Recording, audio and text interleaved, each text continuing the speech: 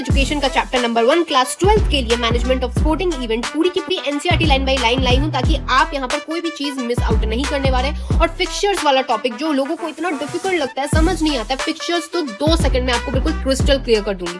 चलिए शुरू करते हैं। तो देखिए, किसी भी स्पोर्टिंग इवेंट के मैनेजमेंट के लिए, देखिए स्पोर्ट्स का आपको कोई इवेंट करना है, उसको मैनेज तो करना पड़ेगा। मैनेजमेंट के लिए 5 चीजें होती है: प्लानिंग, ऑर्गेनाइजिंग, कंट्रोलिंग, स्टाफिंग और डायरेक्टिंग। अभी मत याद करिए, सबको अभी हम लोग डिटेल में भी पढ़ने वाले हैं तो कोई दिक्कत नहीं आने वाली। सबसे पहले बात करते हैं हम लोग प्लानिंग। किसी भी चीज की शुरुआत करने से पहले प्लानिंग तो इंपॉर्टेंट होती है, फिर चाहे आप किसी एग्जाम की तैयारी कर रहे हैं या फिर स्पोर्ट्स के इवेंट की ही क्यों ना हो। तो प्लान करेंगे आप तो आपको फ्यूचर के बारे में कुछ थोड़ी जानकारी तो मिलने वाली ही है। टू बी इफेक्टिव, यहाँ पर जो प्लान होगा वो स्पेसिफिक, लॉजिकल, फीजिबल और कंप्लीट, सारे एस्पेक्ट्स में कंप्लीट होना चाहिए। ऐसा नहीं कि भाई हमने प्लान कर लिया, भाई हम डायरेक्ट यूपीएससी क्रैक कर लेंगे, इस तरीके से इलॉजिकल चीजें प्लान नहीं की जाती। अगर आपके सक्सेस की भी बात की जाए, प्लानिंग कैसे होती है? छोटे छोटे एस्पेक्ट्स में लॉजिकल बातें करते हैं कि अच्छा 1 महीने में हम लोग ये चैप्टर्स खत्म कर लेंगे, तब जाके हम लोग नीट या जेई क्रैक कर पाएंगे। ये सब क्या प्लानिंग है। उसी तरीके से स्पोर्ट्स मैनेजमेंट में भी क्या होता है, आपको प्लानिंग करना है लॉजिकल वे में, ठीक है, जो कि फ्लेक्सिबल भी हो और सारे एस्पेक्ट्स में कंप्लीट हो फ्यूचर के इवेंट्स के लिए, ठीक है। अपने सपनों की दुनिया में प्लानिंग नहीं चलती है। यहाँ पर प्लानिंग में सारे फंक्शंस, ऑर्गेनाइजिंग, स्टाफिंग, डायरेक्टिंग और कंट्रोलिंग भी इसमें आपके दिमाग में होना चाहिए कि हमें कैसे ऑर्गेनाइज करना है, कौन कौन से लोगों को काम पे रखना है, क्या क्या डायरेक्टिंग होगा, कैसे कैसे कंट्रोल होगा, ये भी प्लानिंग के अंडर ही आने वाला है। यहाँ पर किसी भी स्पोर्ट्स या स्पोर्ट्स के इवेंट में, यहाँ पर इवेंट को स्मूथली और अच्छे से रन करने के लिए कि कोई दिक्कत ना आए, इन सब के लिए हमें ये सब चीजें जरूरी होती है।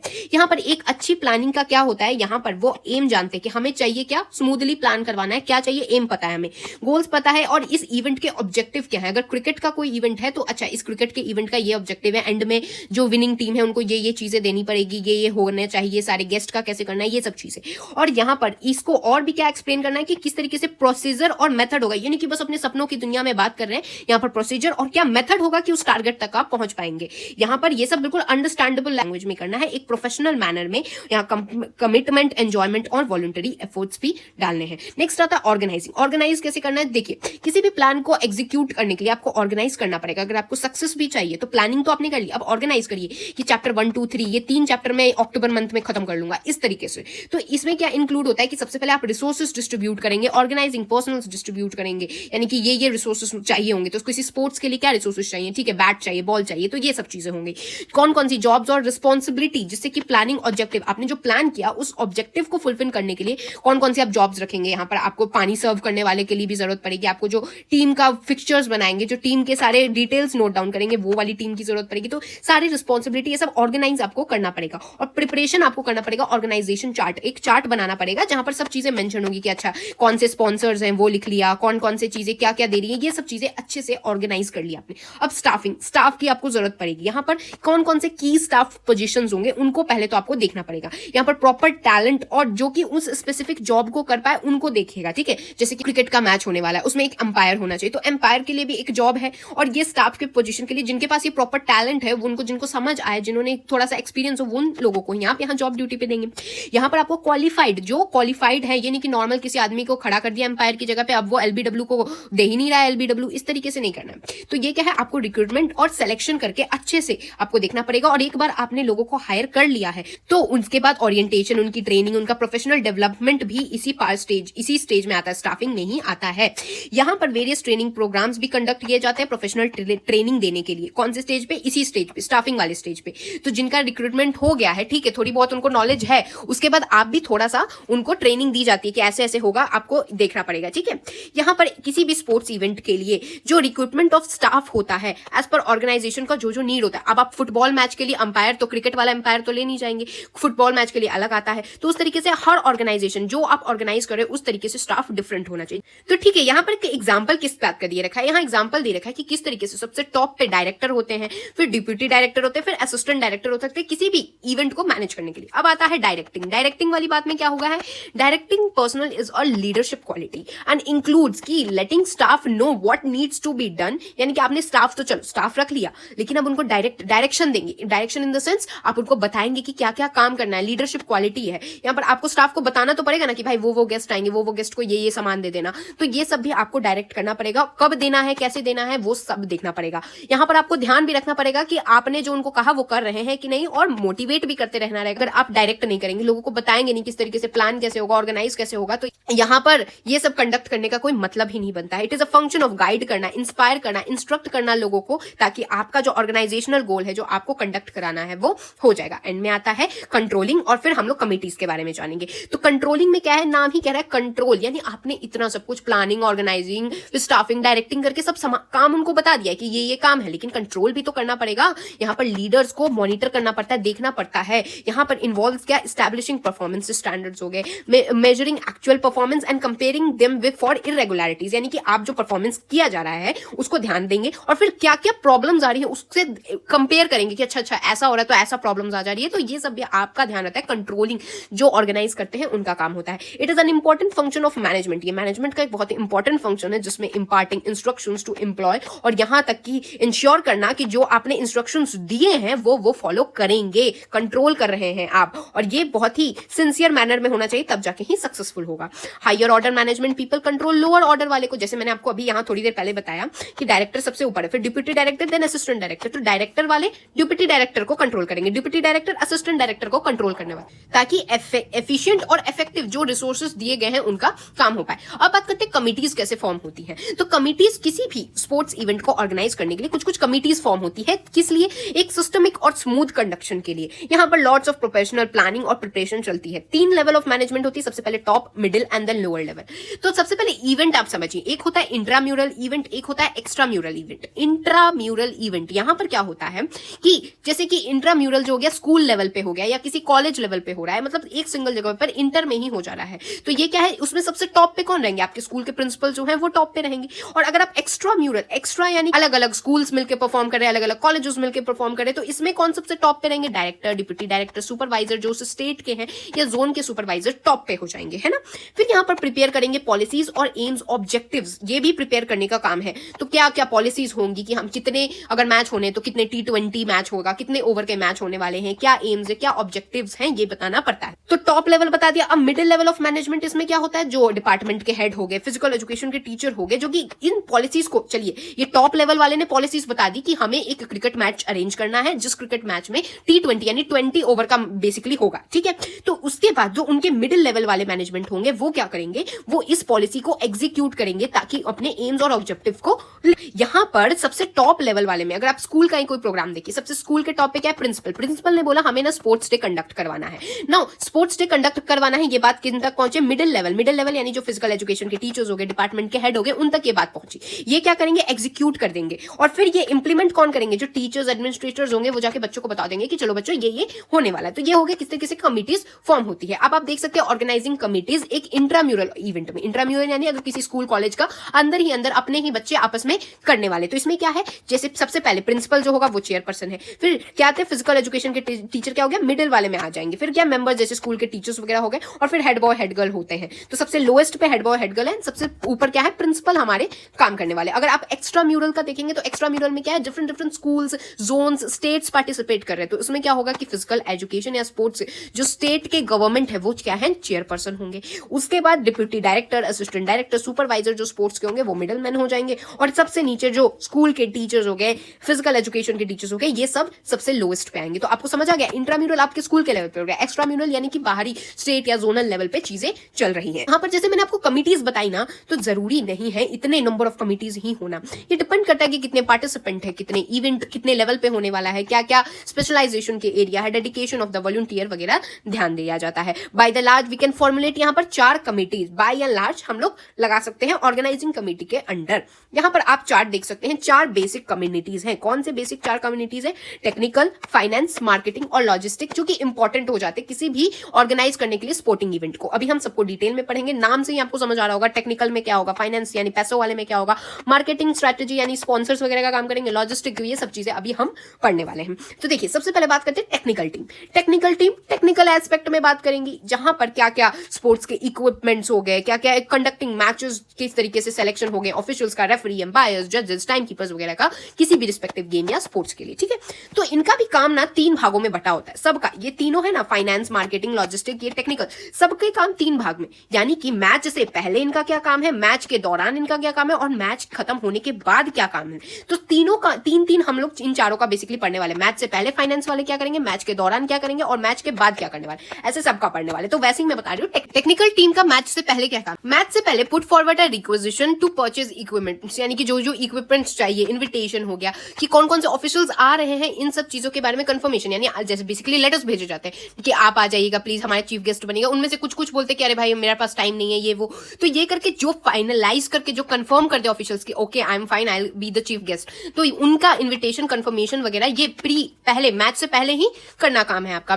क्लीनिंग, लेआउट कैसे होगा फील्ड, ये बातों का पता रखना है। अरेंजमेंट किस तरीके से इक्विपमेंट्स का अरेंजमेंट होगा, स्टेशनरी का कैसे अरेंजमेंट होगा, किस तरीके से फिक्सचर्स बनेंगे ना भाई। फिक्सचर्स भी मैं समझाऊंगी क्या होता है, बेसिकली मैच किसके किसके बीच में होगा, ये सब प्रिपरेशन करना, रूल्स कैसे होगा, रेगुलेशन कैसे चलेगा स्पोर्टिंग इवेंट का। अब जब स्पोर्ट्स शुरू हो गया, यानी कि अब वो चल रहा है, तो उन दौरान की मैचेस कंडक्ट हो रहे हैं, जूरी का प्रेजेंस होना, यहाँ पर क्लीनिंग चलते रहना फील्ड्स की, यहाँ पर स्कोर चार्ट्स जो हैं डिफरेंट टीम्स के उनको कलेक्ट करने का काम हो गया, और भी जो रिलेटेड पेपर्स हो गए वो उन सब कलेक्ट करने का काम भी यहाँ पर टेक्निकल टीम का ही होता है। और पोस्ट यानी कि मैच खत्म हो गया उसके बाद भी क्या काम होता है कि वापस से क्लीनिंग, जो आप फील्ड को इतना देर से जो स्टेडियम में मैच हो रहा था वापस से क्लीनिंग करवा के वहीं तो आप वापस देने वाले उन स्टेडियम वालों को, तो क्लीनिंग आपको लेआउट वापस से वैसे ही करना है, मेंटेनेंस करना है फील्ड का, और जो इक्विपमेंट्स आपने यहाँ पहले मैच की शुरुआत से पहले लिया था वापस से स्टोर को वापस कर दीजिए। फिर लॉजिस्टिक टीम क्या होता है, इनके पास wider scope of work ranging from transport हो गया, किस तरीके से बोर्डिंग होगा, लॉजिंग होगा, रिफ्रेशमेंट कैसे आएंगे, डेकोरेशन, किस तरीके के सेरेमनीज होती है, जैसे पोस्ट मैच सेरेमनी होता है, एक प्री मैच सेरेमनी होता है, उन सब सेरेमनीज का कैसे होगा, ये लॉजिस्टिक की टीम का ही काम होता है। कमिटीज में वेरियस सब कमिटीज भी होता है अगर ज्यादा रिक्वायरमेंट होती है। तो लॉजिस्टिक कमिटी जो होती है वो ओपनिंग सेरेमनी हो गया, वीडियोग्राफर्स, फोटोग्राफर्स, इन सब चीजों का ध्यान रखती है विक्ट्री सेरेमनी के बाद, और क्लोजिंग सेरेमनी में यहाँ पर refreshment, decoration, reception, entertainment, light, sound, medical में क्या क्या जरूरत है, ये लॉजिस्टिक का ही काम होगा। तो लॉजिस्टिक का काम मैच से पहले क्या काम होगा, मैच से पहले क्या प्लेसमेंट, अरेंजमेंट, रिक्विजिशन, जो आपको स्टेशनरी, चेयर्स, टेबल्स चाहिए, लाइट चाहिए, साउंड चाहिए, बुके चाहिए, जो सेंडिंग इन्विटेशंस वगैरह स्टेक होल्डर्स को, इंक्लूडिंग स्कूल्स हो गए, जो इंस्टीट्यूशंस हो गए, वीआईपी गेस्ट के लिए, इन सब चीजों के लिए ये मैच से पहले ही करना होता है। मेडल सर्टिफिकेट का अरेंजमेंट हो गया, यहाँ पर रिफ्रेशमेंट्स क्या क्या देंगे लोगों को, जैसे हमारे स्कूल वाले तो फ्रूटी व्रूटी पकड़ा के भेज देते थे, वैसा नहीं होता है, यहाँ पर रिफ्रेशमेंट का भी ध्यान रखना पड़ता है। अरेंजमेंट किस तरीके से बोर्डिंग होगी, कैसे कैसे वॉलंटियर्स का सिलेक्शन होगा, फर्स्ट एड किट रखना, ये सब अरेंजमेंट, मेडिकल फैसिलिटीज क्या क्या होगा मैच से पहले आपको देखना होगा। ये नहीं कि अब मैच के दौरान कोई प्लेयर इंजरी हो गया तब ढूंढ रहे भाई फर्स्ट एड का है, फर्स्ट एड तो रखा ही नहीं है हमने, अरे मैच से पहले ही रखना होता है। किसका काम होता है, लॉजिस्टिक्स वालों का काम होता है। फिर मैच के दौरान क्या, मैच के दौरान लॉजिस्टिक वालों का ही काम होता है कि ओपनिंग और क्लोजिंग सेरेमनी जब चल रही है तो उस दौरान कंडक्टिंग, रजिस्ट्रेशन, डिस्ट्रीब्यूशन, जो रिफ्रेशमेंट यहाँ पर पहले आपने अरेंजमेंट तो कर ली, उसको डिस्ट्रीब्यूट करोगे ना तो मैच के दौरान डिस्ट्रीब्यूट होगा वो। फिर मैनेजमेंट, जो स्पेक्टेटर्स हैं जो देखने आए उनका मैनेजमेंट हो गया, जो मेडल्स और सर्टिफिकेट्स होते हैं उनका हैंडिंग ओवर्स होते हैं वो ध्यान देना है आपको। ट्रांसपोर्टेशन, प्लेयर्स एक होटल रूम से दूसरे जाते हैं या फिर होटल रूम से जाके स्टेडियम पहुंचते हैं तो उसमें जो प्लेयर्स होते हैं पार्टिसिपेंट को कहाँ रहना है, ये सब चीजें स्पोर्ट्स इवेंट के दौरान लॉजिस्टिक का ही काम होता है। और पोस्ट यानी कि अब खत्म हो गया इवेंट तो क्या होता है, बस वेन्यू को क्लीन कर दीजिए, जो आइटम्स जहां से उठाया वहां वापस रख देना है। अब आते हैं फाइनेंस। प्राइमरी रोल ये होता है पैसों के एस्पेक्ट में, यानी कि जो प्लानिंग, अकाउंटिंग, डिसीजन मेकिंग, इन सब में जो पैसों वाला काम है ना वो देखेंगे। तो फाइनलाइजिंग कौन कौन से स्पॉन्सर्स, जैसे स्पॉन्सर जर्सी के स्पॉन्सर्स होते हैं वैसे स्पॉन्सर्स फाइनलाइज करना, कौन स्पॉन्सर करेगा। यहाँ पर इनफ्लो और आउटफ्लो यानी कहाँ कहाँ पैसे खर्च हो रहे हैं और कहाँ कहाँ से पैसे मिल रहे हैं। जैसे कि अगर ब्रॉडकास्टिंग होती है तो उसमें भी कुछ पैसे खर्च होते हैं, और फिर जो हम लोग व्यूअर देखते हैं उनसे उनको पैसे मिलते हैं, तो इन सब का भी पैसों वाला चीज फाइनेंस कमेटी ध्यान। फिर जो इक्विपमेंट्स खरीदने हैं उसका, और जो भी अदर जो इवेंट के दौरान कंडक्ट करने के दौरान जो जो चीजें जरूरत पड़ेगी उनके पैसे वगैरह का फाइनेंस कमेटी देखने वाली है। यहाँ पर it is the backbone of the sports tournament, यानी कोई भी स्पोर्ट्स का टूर्नामेंट होता है तो यहाँ पर पैसों का तो मेन रोल आता ही है। It pitches different companies and attract them for sponsorship. यहाँ पर स्पॉन्सरशिप के लिए पिच किया जाता है बेसिकली कि ये हमारी जर्सी को स्पॉन्सर करेंगे, अगर आप स्पॉन्सर करेंगे तो इतना पैसा, ये सब नेगोशिएशन का काम भी इनका ही होता है। मैच से पहले क्या इनका काम होगा, इवेंट से पहले जो भी स्पोर्ट्स के इक्विपमेंट, स्टेशनरी, वही सेम चीज को यहाँ पर सब जगह लिखना है भाई। जो भी रिक्वायरमेंट है आपको ध्यान लगा के अगर आप देखेंगे ना तो आपको खुद ये सब याद करने की जरूरत नहीं पड़ेगी। आप ही सोचिए ना मैच से पहले क्या जरूरत पड़ेगी, जो बजट वाला काम है प्रिपेयर पहले से ही बजट चार्ट बनाना पड़ेगा, फाइनलाइज कर लीजिए कौन कौन स्पॉन्सर होने वाले। अब स्पोर्टिंग इवेंट के दौरान क्या करेंगे, पैसों का काम क्या होगा, यहाँ पर जो भी पेमेंट और जो रिम्यूनरेशन होता है ऑफिशियल्स का, ये सब बात आप ध्यान रखने वाले। और मैच के बाद क्या होगा, एक बार मैच खत्म हो गया तो आपको जो जो रिकॉर्ड्स है, सेटलमेंट्स है, बिल्स है, अकाउंट्स है, इन सबको फाइनली एक फाइनेंशियल आपको रिपोर्ट, एक चार्ट बना लेना पड़ेगा कि यहाँ खर्चा हुआ है। मतलब कि भाई बहुत आसान है, आप बस खुद से आंसर बना के अपनी समझ से लिख सकते हैं। मार्केटिंग कमेटी के एडवर्टाइजमेंट वाला, जैसे आईपीएल शुरू होने से पहले हर जगह पोस्टर छपने लगते हैं, ये वो एड्स आने लगती है आपको कि आईपीएल शुरू होने वाला है, तो ये क्या मार्केटिंग कमेटी का काम है। ये प्लान्स करती है, स्ट्रेटजी बनाती है ताकि जो प्लेस ऑफ इवेंट है देखने आइए यहाँ पर पब्लिसिटी करेंगी, स्पॉन्सरशिप्स लाएंगी। क्यों लाएंगी भाई? आप वहां देखने जाएंगे, पैसा देके देखने जाएंगे, तो पैसा फिर उनको मिलने वाला, और जो पैसों वाला काम करेंगे वो तो फाइनेंस वाले करेंगे। यहाँ पब्लिसिटी कैसे होती है? सोशल मीडिया के थ्रू, प्रिंट मीडिया के थ्रू, टीवी, ईमेल्स वगैरह के थ्रू आता है। यहाँ पर स्पॉन्सरशिप जो है वो इन टर्म्स ऑफ कैश और kind of making media partners, food partners, drinking partners वगैरह के होते हैं, through calling on, meeting various companies वगैरह का होता है। अभी देश के जैसे हमारी इंडियन जर्सी का पहले कोई और स्पॉन्सर था, अब जो स्पॉन्सर है आप मुझे कमेंट में बताने वाली कि हमारी इंडियन टीम की जर्सी का न्यू स्पॉन्सर कौन आया है। यहाँ 2025 की मैं बात कर रही हूँ। वेरियस कंपनी से मीटिंग बात करके मार्केटिंग कमेटी का काम होता है। यहाँ पर वेरियस कैंपेन्स वगैरह भी यही ऑर्गेनाइज करते हैं। तो आप खुद से दिमाग लगाइएगा। स्पोर्टिंग इवेंट से पहले क्या होगा, ये स्ट्रैटेजी बनाएंगी, क्या क्या स्पॉन्सरशिप चाहिए, कैसे कैसे इवेंट का पब्लिसिटी करवाना है, ये सब काम करने वाली है। मीटिंग्स अरेंज करेंगी, स्पॉन्सर्स लाएंगी, MOUs वगैरह स्पॉन्सरशिप के लिए प्रिपरेशन करेंगी। जो स्पोर्टिंग इवेंट जब चल रहा होगा तो उस समय आपको जो क्रिकेट मैच टीवी पे लाइव टेलीकास्ट वगैरह होता है वो सब आप मैनेज करेंगी कि कैसे कम्युनिकेट की जाए। यहाँ पर फुलफिल जो भी रिक्वायरमेंट्स स्पॉन्सर्स की वो सारी ये टेलीकास्ट इवेंट करने वाली है। और मैच खत्म होने के बाद, एक बार मैच खत्म हो गया तो प्रेस रिलीज और यहाँ पर री टेलीकास्ट भी, जैसे आपको हाईलाइट्स देखने को मिलता होगा क्रिकेट मैच का, तो ये क्या है, मैच खत्म हो गया उसके बाद भी यहाँ पोस्ट मैच यहाँ किनका काम होता है, मार्केटिंग टीम का ही काम होता है। नाउ अब आता है यहाँ पर फिक्सचर्स क्या होते हैं। यहाँ पर विनिंग होती है टीम की या टीम के प्लेयर को नेक्स्ट राउंड में पहुंचने के लिए। यानी कि अगर ए और बी के बीच में मैच हुआ तो अगर नेक्स्ट राउंड में पहुंचना है तो ए वर्सेस बी में कोई एक तो जीतेगा ही। ए जीत गया तो ए नेक्स्ट राउंड में पहुंच जाएगा। तो विनिंग से पता चलता है कि नेक्स्ट राउंड में कौन पहुंचने वाला है। तो आपने ध्यान दिया होगा कि कभी कभी जब ए वर्सेस बी का मैच होता है, मान लो तो ए अगर जीत गया तो बी पूरा के पूरे टूर्नामेंट से ही आउट हो गया। जबकि कभी कभी आपने देखा होगा ए वर्सेस बी में अगर ए जीत भी गया, बी हार भी गया, फिर बी वर्सेस सी करके भी एक और मैच इसको खेलने का मौका मिलता है, या फिर बी वर्सेस डी करके भी कोई मैच खेलने का मौका मिलता है। यानी आपने देखा होगा कि यहाँ पर कभी तो एक बार में अगर टीम हार गई तो बाहर, या फिर कभी कभी इनको ज्यादा मौके भी मिलते हैं। तो ये क्यों होता है? यहाँ पर बेसिकली डिफरेंट होता है। ये मैं आपको बताऊंगी क्या होता है नॉकआउट लीग फिक्सचर्स, बेसिकली यहाँ मैं बताने वाली हूँ। यहाँ पर डिफरेंट टाइप्स ऑफ फिक्सचर्स होते हैं बेस्ड ऑन ड्यूरेशन, क्या कॉस्ट है, क्या मैन पावर लगेगी, लेवल और क्या इंटरेस्ट है, उस बेसिस पे फिक्सचर्स बनाएंगे। तो सबसे पहले टूर्नामेंट ये क्या होता है? यहाँ टूर्नामेंट का मतलब होता है सीरीज ऑफ गेम्स या मैचेस प्लेयर्स या टीम्स के बीच में जो खेली जाए, जिससे कि विनर का पता चल जाए। तो यहाँ पर अपॉर्चुनिटी ये देता है कि अपने स्किल्स को, आपके पास जो स्किल्स है उनको डेमोन्स्ट्रेट करने की अपॉर्चुनिटी देता है, एक के परफॉर्मेंस और दूसरे प्लेयर्स को मोटिवेट करने की अपॉर्चुनिटी देता है, लोगों को अट्रैक्ट करता है। जैसे क्रिकेट देख के लोगों को क्रिकेट खेलने का मन करता है, तो ये क्या अट्रैक्ट करता है लोगों को और स्पोर्ट्स को पॉपुलर बना देता है यहाँ पर हेल्दी एंटरटेनमेंट से, है ना। यहाँ पर कुछ वेरियस टाइप्स ऑफ टूर्नामेंट होते हैं बेस्ड ऑन एडवांसमेंट या एलिमिनेशन। तो यहाँ पर 3 बेसिकली टूर्नामेंट होते हैं जो मैं अभी आपको बता रही थी। ए वर्सेस बी में मैच हुआ तो कभी कभी जब ए जीत गया तो चलो ये तो नेक्स्ट राउंड में चला जाएगा। बी का क्या होगा, कोई मैचेस में क्या होता है, बी पूरा का पूरा एलिमिनेट होता है, लेकिन कोई में बी को एक और चांस मिलता है। तो वो कब होता है? तो ये होता है नॉकआउट टूर्नामेंट, एक होता है लीग या इसको राउंड रॉबिन टूर्नामेंट कहते हैं, एक होता है कॉम्बिनेशन। इन्हीं दोनों को कंबाइन करके कॉम्बिनेशन बनेगा। लेकिन पहले ये तो समझा दो भाई। तो सुनिए, नॉकआउट टूर्नामेंट जैसा नाम कह रहा है नॉकआउट, नॉक करके आउट कर देना, यानी इनके पास एक ही चांस है। जैसे अगर ए वर्सेस बी है तो दोनों के पास एक ही चांस है भाई, जी जान लगा देना है तभी, नहीं तो एक बार में जो हारेगा वो एक बार में बाहर। यानी कि अगर बी जीत गया मान लो तो ए बाहर, अगर बी हार जाता और ए जीत जाता तो बी बाहर, यानी एक ही चांस है नॉकआउट, यानी कि अगर नहीं खेला तो आउट। जबकि लीग या जो राउंड रॉबिन होता है इसमें क्या होता है, बी को एक और चांस मिलता है, ठीक है एक बार में हार गया कोई बात नहीं, एक और चांस मिल जाएगा। कॉम्बिनेशन क्या होगा, पहले लीग मैचेस करा दिए फिर नॉकआउट। तो मान लीजिए क्या है, A B C D E F इतनी टीम्स है, इनका शुरू में लीग मैचेस करा दीजिए। लीग मैच कैसे होता है उसका फिक्सचर्स ड्रॉ करके बताऊंगी, लेकिन याद देखिए पहले लीग मैच करके फाइनलाइज होके कौन कौन सी टीम निकली, एक बी टीम निकली, एक ए टीम निकली, एक ई और एक एफ टीम निकल गई, ठीक है। तो इन चारों के बीच में क्या करा दीजिए, नॉकआउट मैच करा दीजिए। बी और ए में नॉकआउट करा दीजिए, ई और एफ में नॉकआउट करा दीजिए। इसमें बी जीत गया तो बी यहां आ गया, एफ जीत गया तो एफ यहां आ गया, ये पहुंच गया फिर फाइनल्स में। तो ये क्या हो गया, पहले लीग करा दिए, नॉकआउट करा दिए, तो टोटल को क्या बोलते हैं, कॉम्बिनेशन टूर्नामेंट कहते हैं। नहीं भी अगर समझ आए तो चलिए एक बार डेफिनेशन समझते हैं।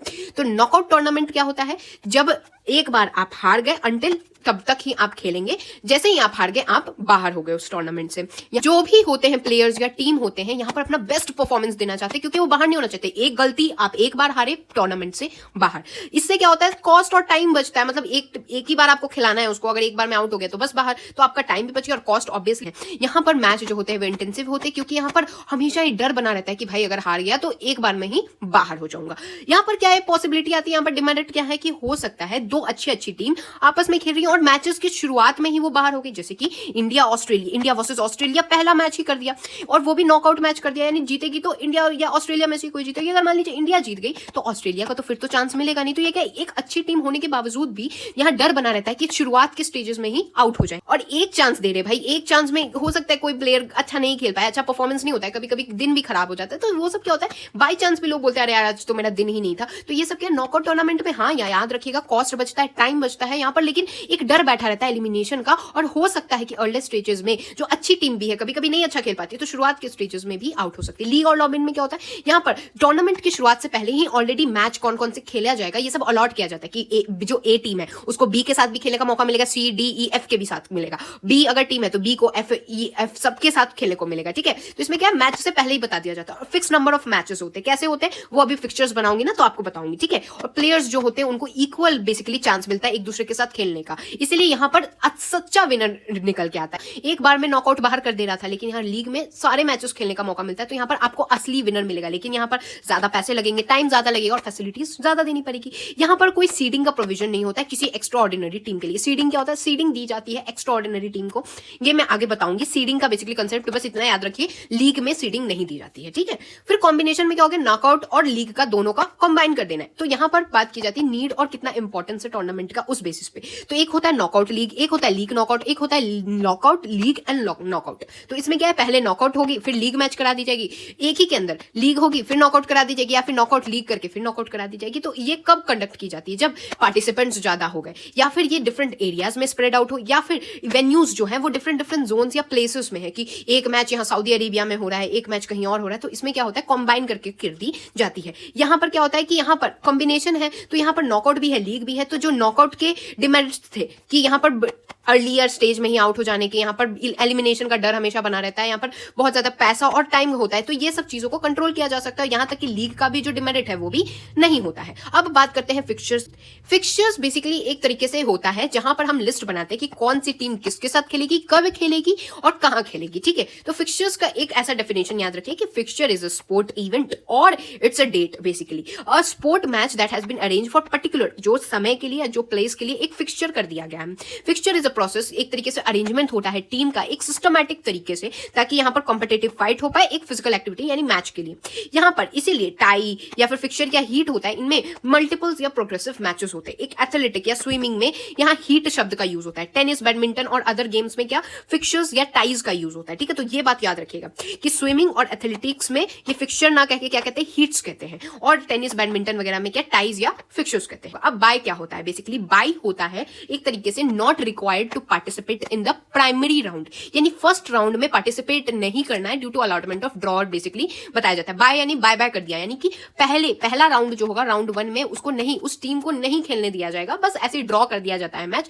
यहाँ पर रैंडम लॉटरी सिस्टम से किया जाता है। कैसे, ये ऑर्गेनाइजिंग कमेटी का काम होता है नॉट टू प्ले अराउंड। क्यों, इसमें बहुत सारी रीजंस होते हैं, जैसे अनइवन डिस्ट्रीब्यूशन हो गया। जैसे मान लीजिए 5 टीमें, 1 2 3 4 5 टीमें, चलो इन दोनों का मैच हो गया, इन दोनों का मैच हो गया, अब इसका मैच किसके साथ होगा भाई, तो इसको क्या कर देंगे, बाय दे देंगे यानी ड्रॉ दे देंगे कि ठीक है पहले राउंड में मत खेलना, नेक्स्ट राउंड में आप खेल लेना, ठीक है। तो ये क्या हो गया, बाय देने का कंसेप्ट आता है। Uneven distribution of team in a tournament, in a knockout tournament, यहाँ पर जब अनइक्वल डिस्ट्रीब्यूशन होता है तब दिया जाता है। एंड लीग टूर्नामेंट में अगर ऑड नंबर्स ऑफ टीम होती है तब दिया जाता है कॉम्पिटिशन, यानी कि एक तरीके से कॉम्पिटिशन को इवन रखने के लिए, कोई बायस नहीं रखने के लिए यहाँ पर दिया जाता है, ठीक है तुम बच्चा टीम है, कोई बात नहीं आगे चले जाओ। टू अवॉइड एक ही टीम को मोर देन 1 मैच, एक ही दिन अगर ऐसा हो गया कि 2 मैच एक ही दिन खेलने को एक टीम को आ गया, तो इसमें क्या हो जाता है, तो वो क्या बोलेंगे, ठीक है एक मैच का आपको बाय दे दिया जा रहा है, बिना खेले आपको राउंड 2 में आना पड़ेगा। लेकिन राउंड 2 में आना पड़ेगा, पहले राउंड में बस आप नहीं आ सकते। तो इसका डेफिनेशन क्या है, the position of a participant in a tournament who is not paired with an opponent, कोई ओपोनेंट नहीं मिला तो क्या करेंगे, उसको बाय दे देंगे। जैसे मैंने बताया ना 1 2 3 4 5 टीम थी, 1 और 2 का मैच हो गया, 3 और 4 का मैच हो गया, 5वां का किसके साथ होगा, तो इसको क्या दे देंगे, बाय दे देंगे, ठीक है। यूजुअली पहले राउंड में दिया जाता है, फिर नेक्स्ट राउंड में फिर आना पड़ता है। Sometimes aside from the main course of consideration a sportsman in a tournament who is without an opponent, जिनका ओपोनेंट नहीं है उनके लिए ये दिया जाता है बाय, और ओपोनेंट नहीं आया तो उसके कारण भी, जो जैसे मान लीजिए ए और बी का मैच होना था लेकिन बी वाला नहीं आया, तो ए को क्या बाय देके नेक्स्ट वाले में भेज दिया जाता है। नाउ सीडिंग का क्या कांसेप्ट होता है, मैंने बताया था ना, आगे बताने वाली हूं सीडिंग क्या होता है। तो सीडिंग का कांसेप्ट ये आता है कि हम लोग सीडिंग के प्रोसेस के थ्रू हम लोग टीम को प्लेस करते हैं इन सच अ मैनर कि जो अच्छी टीम है जो कि पिछले साल अच्छा परफॉर्म करते आई है, दूसरे से अर्लियर स्टेज पे ना मिले। जैसे कि इंडिया है, मस्त परफॉर्म करती है, ऑस्ट्रेलिया है, ये भी अच्छा परफॉर्म करती है। तो ऐसा ना हो कि ये इंडिया और ऑस्ट्रेलिया राउंड 1 में ही मिल जाए और इन दोनों में से कोई एक ही ऑब्वियसली जीतेगा। तो मान लीजिए इंडिया जीत गया, तो जो ऑडियंस है वो इंडिया और ऑस्ट्रेलिया को तो देखना ही चाहती है। तो अगर राउंड 1 में ही इंडिया या ऑस्ट्रेलिया का मैच हो गया और इंडिया जीत गया, ऑस्ट्रेलिया चला गया, तो स्पेक्टेटर्स होते हैं वो देखना चाहते हैं ऑस्ट्रेलिया का भी मैच। तो ये क्या हो गया कि जो पिछले साल अच्छी रैंकिंग या अच्छे पोजीशन पे थी, उनको ये नहीं चाहते आपकी शुरुआत में ही वो आउट होकर बाहर निकल जाए, इसलिए क्या है उनको सीड कर दिया जाता है,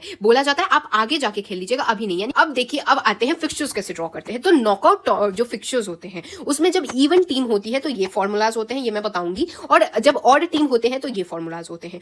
इसमें क्या होता है, सबसे पहले अगर आप इवन टीम की बात करेंगे, सबसे पहले कितनी नंबर ऑफ टीम है उसको एन से रिप्रेजेंट करते हैं। Number of team, upper half क्या है, लोअर हाफ क्या है, इसको मैं ऐसा करती हूँ एग्जांपल से ही आपको समझाती हूँ ताकि कोई प्रॉब्लम ना आएगी। तो हमने क्या किया है, सबसे पहले 8 टीम ली है, ठीक है। तो 8 टीम हमने ले ली ना, ये है हमारी 8 टीम। तो 8 टीम में अपर हाफ यानी ऊपर के साइड कितनी टीम होगी और नीचे की साइड कितनी टीम होगी, ये डिपेंड करता है। तो ये कैसे की जाती है, तो n/2 करके, n/2 इवन नंबर के लिए। अगर ऑड रहते तो क्या करते, नंबर ऑफ टीम प्लस 1/2 और नंबर ऑफ टीम माइनस 1/2, ये मैं बता दूंगी, ठीक है। पहले इवन का देखिए, तो इवन 8 लोग हैं, 8 टीम है, 8 टीम है तो 8/2 यानी कि कितना आ गया 4 अपर हाफ में होगा, यहां पर भी 8/2 यानी आ गया 4, यानी लोअर हाफ में 4 अपर हाफ में 4, यानी अपर हाफ यानी 1 2 3 4 अपर हाफ में 4 हो जाएगा, ये अपर हाफ वाले सारे हो जाएंगे, और ये नीचे लोअर हाफ वाले 1 2 3 4, तो ये लोअर हाफ वाले हो गए, ठीक है। नाउ अब नंबर ऑफ बाइज कैसे दिया जाएगा, कितने बाइज देने की जरूरत पड़ेगी कि नहीं पड़ेगी, आप खुद फॉर्मूला में पुट करेंगे, अगर आएगी तो बाइज देने की जरूरत पड़ेगी कि नहीं पड़ेगी, देख लीजिए। सबसे पहले 2 का पावर n है, माइनस में n है, ठीक है। नाउ हम क्या करेंगे, हमारी टीम कितनी है, 8 टीम है, तो 8 में से 2 का पावर ऐसा क्या रखें कि हमारा 8 आ जाए, ओके। तो पहले देखते हैं, तो 2 का पावर 2 रखेंगे तो 4 आता है, 2 का पावर 3 रखेंगे तो 8 आता है। तो यानी अगर हम लोग 2 का पावर यहां पर n की वैल्यू अगर 3 रखे तो 2 का पावर 3 माइनस ये कैपिटल n की वैल्यू क्या है 8 है, 8, तो 2 का पावर 3 रखने पे 8 माइनस 8 यानी 0, यानी कि 22 इसमें देने की आपको जरूरत नहीं पड़ेगी, तो बिना 22 दिए आप यहां कर सकते हैं। तो ये क्या हो गया, आप खुद फॉर्मूला में पुट करेंगे, आपको पता चल जाएगा कहां 22 देना है, नहीं देना है, तो यहां पर 22 देने की जरूरत नहीं पड़ेगी। फिर नंबर ऑफ राउंड्स आपको कितने कंडक्ट कराने पड़ेंगे, तो ऑब्वियसली ये स्मॉल n यानी कि यहां पर आपने जो वैल्यू फिल किया दैट इज 3, तो 3 हो जाएगा। और नंबर ऑफ मैचेस कितने होंगे, तो नंबर ऑफ मैचेस के लिए कैपिटल n माइनस 1 यानी जो 8 है, 8 माइनस 1 यानी कि 7 मैचेस खेले जाएंगे। अब आप बोलेंगे कि यहां पर तो आपने 2 का पावर 3 इज इक्वल टू 8 कर दिया, लेकिन अगर कोई ऐसा नंबर आ जाए, मान लीजिए 9 आ जाता नंबर, या फिर मान लीजिए कि 10 नंबर आ जाता, तो 10 2 का पावर कितना करेंगे कि 10 आएगा, ये तो कोई एग्जैक्ट वैल्यू नहीं है, तो इसमें आप नेक्स्ट जो हाईएस्ट पावर होता है वो लेते हैं। तो ये भी मैं आपको समझा दूंगी, आप टेंशन मत लीजिए, बस अभी इतना समझ जाइए। तो क्या हो गया, अब फाइनली आपके पास क्या क्या वैल्यूज आ गई, पहले आगे कितनी टीम है, 8 टीम है, अपर हाफ में 4 है, लोअर हाफ में 4 है, 22 देने की जरूरत नहीं है, राउंड्स कितने 3 लगाने पड़ेंगे, और मैचेस कितने 7 होंगे, तो 3 राउंड्स का आपने बना लिया है, और मैचेस कितने होंगे 7 हो गए, ये एंड में हम लोग क्रॉस चेक करेंगे जब फिक्सचर्स बना लेंगे, तो 22 देने की तो जरूरत ही नहीं पड़ेगी। तो सबसे पहले राउंड 1 में क्या, 1 वाले को 2 के साथ आप लड़वाने वाले हैं, तो ये हो जाएगा मैच, 3 वाले को क्या 4 के साथ आप लड़वाने वाले हैं, तो ये हो जाएगा, फिर 5 वाले को यहाँ पर 6 वाले के साथ लड़वाने वाले हैं, तो ये हो जाएगा, 7 वाले को आप 8 वाले के साथ मैच कराने वाले हैं, तो ये हो जाएगा। अब राउंड 1 में से कोई एक ही, 1 या 2 में से कोई एक ही जीतेगा, मान लीजिए 2 जीत गया, 3 या 4 में से कोई एक ही जीतेगा, मान लीजिए 4 जीत गया, 5 या 6 में से कोई एक ही जीतेगा, मान लीजिए 5 जीत गया, और 7 8 में से मान लीजिए 8 जीत गया। नाउ नेक्स्ट जो मैच होगा वो किसके किसके बीच में होगा, राउंड 2 का मैच जो होगा ये 2 वाले और 4 वाले के साथ, इन दोनों के वर्सेस होने वाला है, क्योंकि ये नॉकआउट टूर्नामेंट है, इसलिए याद रखिए एक ही बार जीतने का मौका मिलेगा। 1 इसमें से 1 और 2 में से 2 जीता था, तो 2 आगे गया है और 4 के साथ लड़ने वाला है, 1 बाहर हो गया है, ओके। नाउ यहां पर अब आपने 2 और 4 का मैच कराया, यहां पर 5 और ये वाले 8 वाली टीम के साथ आप मैच कराने वाले हैं राउंड 2 में, तो यहां पर कितना हो गया, 2 और 4 में से मान लीजिए जीत गया, 2 वाला जीत गया, और 5 और 8 में से मान लीजिए 8 जीत गया। नाउ राउंड 3 में आप क्या कराएंगे, ये 2 का और ये 8 का, इन दोनों का मैच कराने वाले, इनमें से कोई एक ही जीतने वाला है, तो इनमें से मान लीजिए 8वीं टीम जीत गई, तो जो 8वीं टीम जीती वो आ जाएगी आपकी फाइनल विनर। तो 8वीं team will be your final winner. और अब आप गिनिए कितने मैचेस हुए, 1 match, 2 match, 3 match, 4 match, 5 match, 6 match और 7 मैच, यानी कि ये 7 मैचेस हुए। यस, हमने सही सही फिक्सचर बनाए। कितने राउंड बनाए हमने, 1 2 3 राउंड का हुआ भी है मैच, हाँ 22 देने की जरूरत नहीं पड़ी है। अपर हाफ में 4 टीम है, लोअर हाफ में 4 टीम है, और फाइनली आपका विनर निकल गया। हाँ, तो ये क्या हो गया, बिना 22 दिए जब इवन नंबर की टीम हो। अब आपको 22 देने की कब जरूरत पड़ेगी, अब जरूरत पड़ेगी। जैसे यहाँ इवन नंबर की टीम है, 6 ही है, लेकिन 22 देने की, जो अभी आपको कंफ्यूजन आ रहा था ना कि 2 का पावर जैसे n रखा आपने, 2 का पावर 3 रखा, तो आपको तो 8 मिल गया, लेकिन अगर कोई ऐसा इंटरमीडिएट टर्म आ जाता तो क्या करते, अभी बताती हूँ क्या करते। तो देखिए सबसे पहले अपर हाफ में कितनी टीम होगी, 6/2 करेंगे तो कितना आ जाएगा, 3 आ जाएगा। 6/2 यहाँ पर भी करिए, 6/2 = 3, यानी अपर हाफ में 3 रहेगी, लोअर हाफ हाफ में 3 रहेगी। नंबर ऑफ बाइज कितना देना पड़ेगा, तो देखिए 2 का पावर n, n का पावर हम लोग कितना रखे कि 6 के बराबर आ जाए। तो देखिए 2 का पावर अगर 2 रखेंगे तो कितना आता है, 4 आता है। 2 का पावर 3 रखने पे 8 आता है। यानी 6 जो है इस 4 और 8 के कहीं बीच में 6 लाई कर रहा है, यानी यहां 6 कहीं लाई करेगा। यानी कि जो नेक्स्ट वाला पावर होता है, यानी जो ये 2 का पावर 3 वाला पावर होता है ना, आप ये लेंगे, ठीक है। तो 6 क्या होगा, ये 4 के बाद 5 और देन 6 आएगा, उसके बाद 8 आता है। तो जो नेक्स्ट हाईएस्ट पावर होता है वो आप लेंगे। तो 2 का पावर 3 लेने वाले हैं। तो 2 का पावर n है, तो 2 का पावर 3 माइनस में n कितना है, 6 है। 2 का पावर 3 8 होता है, माइनस में 6 यानी 2 क्या आया है, ये 2। अब आपको 22 देना पड़ेगा, 2 22 देना पड़ेगा। अब मैं बताऊंगी 22 कैसे देना है। अब नंबर ऑफ राउंड्स कितने होंगे, आपने 3 यहां पर लगाए हैं, n है, n आपने 3 रखा है यहां, तो 3 हो जाएगा। मैच कितने होंगे, 6 है टोटल टीम, तो 6 माइनस में 1 is equal to 5 matches total में होंगे। तो चलिए इसका अब फिक्सचर्स बनाते हैं। पर ऑलरेडी आपको गिवन क्या था, 6 टीम्स हैं, तो आपने क्या 6 टीम लिख ली। अपर हाफ में कितनी है, 3 है, लोअर हाफ में 3 है, तो यहां पर आप डिवाइड कर दीजिए। अपर हाफ में 3 टीम हो गई और लोअर हाफ में 3 टीम हो गई। तो ये हो गया अपर हाफ, ये हो गया लोअर हाफ। नाउ नेक्स्ट कितने राउंड्स होने वाले हैं, राउंड 3 होने वाला है। यानी ऊपर लिख दीजिए यहां पर राउंड 1 यहां होगा, राउंड 2 यहां होगा, राउंड 3 होने वाला है। नेक्स्ट क्या है, यहां पर बताया जा रहा है 22 देना। 22 कैसे देना है, 2 टीम्स को 22 देना है। 22 देने का तरीका, सबसे पहले 22 जो होती है वो किसको दी जाती है, लोअर हाफ की लास्ट टीम को। तो लोअर हाफ की जो आखिरी वाली टीम है, यानी ये वाली जो टीम है, उसको देंगे आप पहला बाई। तो इसको एक बाई आप देने वाले हैं। नेक्स्ट किसको बाई देने वाले हैं, अपर हाफ की फर्स्ट टीम को, यानी जो अपर हाफ की टीम है इसकी जो पहली टीम होगी इसको देंगे आप नेक्स्ट बाई। 2 बाइज आपने दे दी, 2 ही बाइज देना। अगर 3 बाइज देनी होती तो नेक्स्ट आप किसको देते, नेक्स्ट देना होता है अपर हाफ की लास्ट टीम को, यानी नेक्स्ट बाई इसको देते। फिर भी अगर एक और बाइज देनी रहती तो क्या लोअर हाफ की फर्स्ट टीम को, यानी ये वाली देते। तो अभी तो आपको सिर्फ 2 बाइज देनी है, तो आपने 2 बाइज दे दी, एक पहली टीम को बाई दे दी और एक छठी टीम को बाई दे दी। अब ये जो 2 टीम है, ये टीम राउंड 1 में नहीं खेलने वाली है, ये अब डायरेक्ट राउंड 2 में खेलने वाली है। ओके, तो अब ये जो खेलने वाली है कम से कम उनका तो राउंड 1 में मैच होना ही चाहिए। तो ये 2 और 3 मैच करेंगी, 4 और 5 मैच करेंगी। नाउ इन दोनों में से जो जीतेगा, मान लीजिए 2 और 3 में से 3 जीत गया, 4 और 5 में से 4 जीत गया। नाउ इनका मैच राउंड 2 में तो अब इसको खेलना ही है, ऐसा थोड़ी है पूरा टूर्नामेंट ऐसे ही छोड़ के। नेक्स्ट राउंड में राउंड 2 में आएगा टीम 1 और ये किसके साथ, ये वाला जो जीता ना इसके साथ मैच करेगा। और ये जो 6th वाला है ये किसके साथ मैच करेगा, ये जो जीता है इसके साथ मैच करने वाला है। इनमें से 4 और 6 में से कोई एक जीतेगा, मान लीजिए 6 वाला जीत गया, इनमें से मान लीजिए तीसरा वाला जीत गया। इसका अब फाइनली राउंड 3 में 3 वर्सेस 6 का मैच चलने वाला है। 3 वर्सेस 6 में से मान लीजिए तीसरी वाली टीम मैच जीत गई, तो this will be the final winner. तो अब आपको फाइनली आपका विनर मिल चुका है। तो अब आप गिनिए कितने मैचेस हुए, 1 2 3 4 5 मैचेस हुए हैं। क्या आपने सही निकाला था, हाँ नंबर ऑफ मैचेस हमने सही निकाले थे। राउंड कितने हुए हैं, हाँ यहाँ 3 राउंड हुए हैं और यहाँ पर 22 आपने 2 दिए थे। अपर हाफ में 3 टीम है, लोअर हाफ में 3 टीम है और टोटल नंबर ऑफ टीम 6 है। तो अब आपको समझ आ गया 22 कैसे देते हैं। नाउ अब हम लोग नेक्स्ट बात करने वाले हैं कि जो ऑड नंबर ऑफ टीम होती है, इवन नंबर ऑफ टीम की मैंने विथ बाई और विदाउट बाई दोनों एग्जांपल समझा दिया। ये दोनों ही एनसीईआरटी के एग्जांपल्स थे। Now knockout fixtures odd number of team के लिए, इसमें कुछ नहीं है, बस जो टोटल नंबर ऑफ टीम है n है।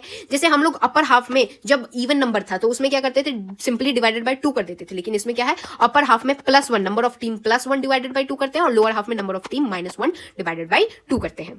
इसमें और एक बात क्या एक्स्ट्रा आ जाती है, 22 का तो सेम ही फॉर्मूला है, बस एक बात ये एक्स्ट्रा आती है कि अपर हाफ में कितनी 22 जाएगी और लोअर हाफ में कितनी 22 जाएगी। अपर हाफ में -1 करके 2 करेंगे आप डिवाइड और लोअर हाफ में +1 करके 2 करेंगे। और नंबर ऑफ मैचेस का वही सेम फॉर्मूला जो पिछला था n-1। इसमें कंफ्यूज मत होइए, एग्जांपल से बताती हूं, ठीक है। जैसे नंबर ऑफ टीम आपकी एनसीईआरटी मेंशन करती है 11 टीम्स का बनाना है, तो आप खुद मेरे साथ कैलकुलेट करने वाले। सबसे पहले अपर हाफ का जो फॉर्मूला है n प्लस में 1 डिवाइडेड बाय 2 यानी 11 प्लस में 1 डिवाइडेड बाय 2 यानी कि 12 डिवाइडेड बाय 2 यानी कि 6 आ जाएगा।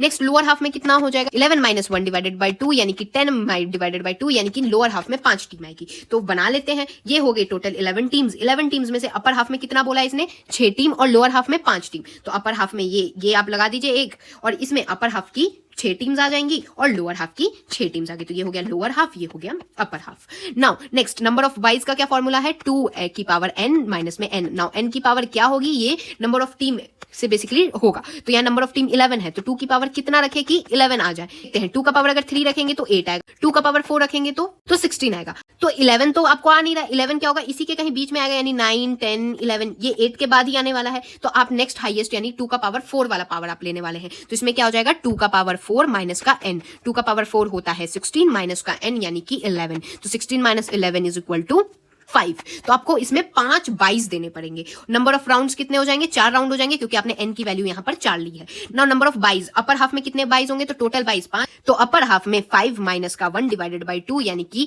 4 divided by 2 is equal to 2 byes आपको अपर हाफ में देने पड़ेंगे। और लोअर हाफ में आपको कितना? 5 प्लस में 1 divided by 2 is equal to 6 divided by 2 यानी 3 बाइज आपको लोअर हाफ में देने पड़ेंगे। नंबर ऑफ मैचेस कितने? n माइनस में 1 यानी कि यहाँ 11 माइनस में 1 यानी 10 मैचेस होंगे टोटल में। तो चलिए बनाते हैं इसका कैसे बनेगा। सबसे पहले आपको जो जो चीजें पता है, 11 टीम्स हैं, इनमें से 6 जो है वो क्या है? अपर हाफ में होंगी, 5 लोअर हाफ में होंगी। हमने अपर लोअर कर चुके हैं। नाउ नंबर ऑफ बाइज कितने हैं? 5 बाइज देना। चलिए बाइज देते हैं। तो सबसे पहला बाई किसको जाता है? लोअर हाफ की लास्ट टीम को। नेक्स्ट बाई किसको जाता है? अपर हाफ की फर्स्ट टीम को। नेक्स्ट बाई किसको जाता है? अपर हाफ की लास्ट टीम को। नेक्स्ट बाई किसको जाएगा? लोअर हाफ की फर्स्ट टीम को। अभी कितने बाइज हुए हैं? 4 बाई हुए हैं। एक और बाई बचा है, क्योंकि अभी 5 बाई करना है हमें। एक और बाई अब किसको जाएगा? फिर से वही प्रोसेस शुरू करिए। ये जो मैंने आपको प्रोसेस बताया ना कि बाई जाएगा सबसे पहले लोअर हाफ के लास्ट को, फिर अपर हाफ के फर्स्ट को, फिर अपर हाफ के लास्ट को, देन लोअर हाफ के फर्स्ट को। फिर से ये प्रोसेस शुरू करिए। खत्म हो गया, फिर से शुरू करिए लोअर हाफ के लास्ट को। तो अब लोअर हाफ का लास्ट कहां है? लोअर हाफ के लास्ट को। इसको तो आपने ऑलरेडी दे दिया, तो अब इसको दे दीजिए 22।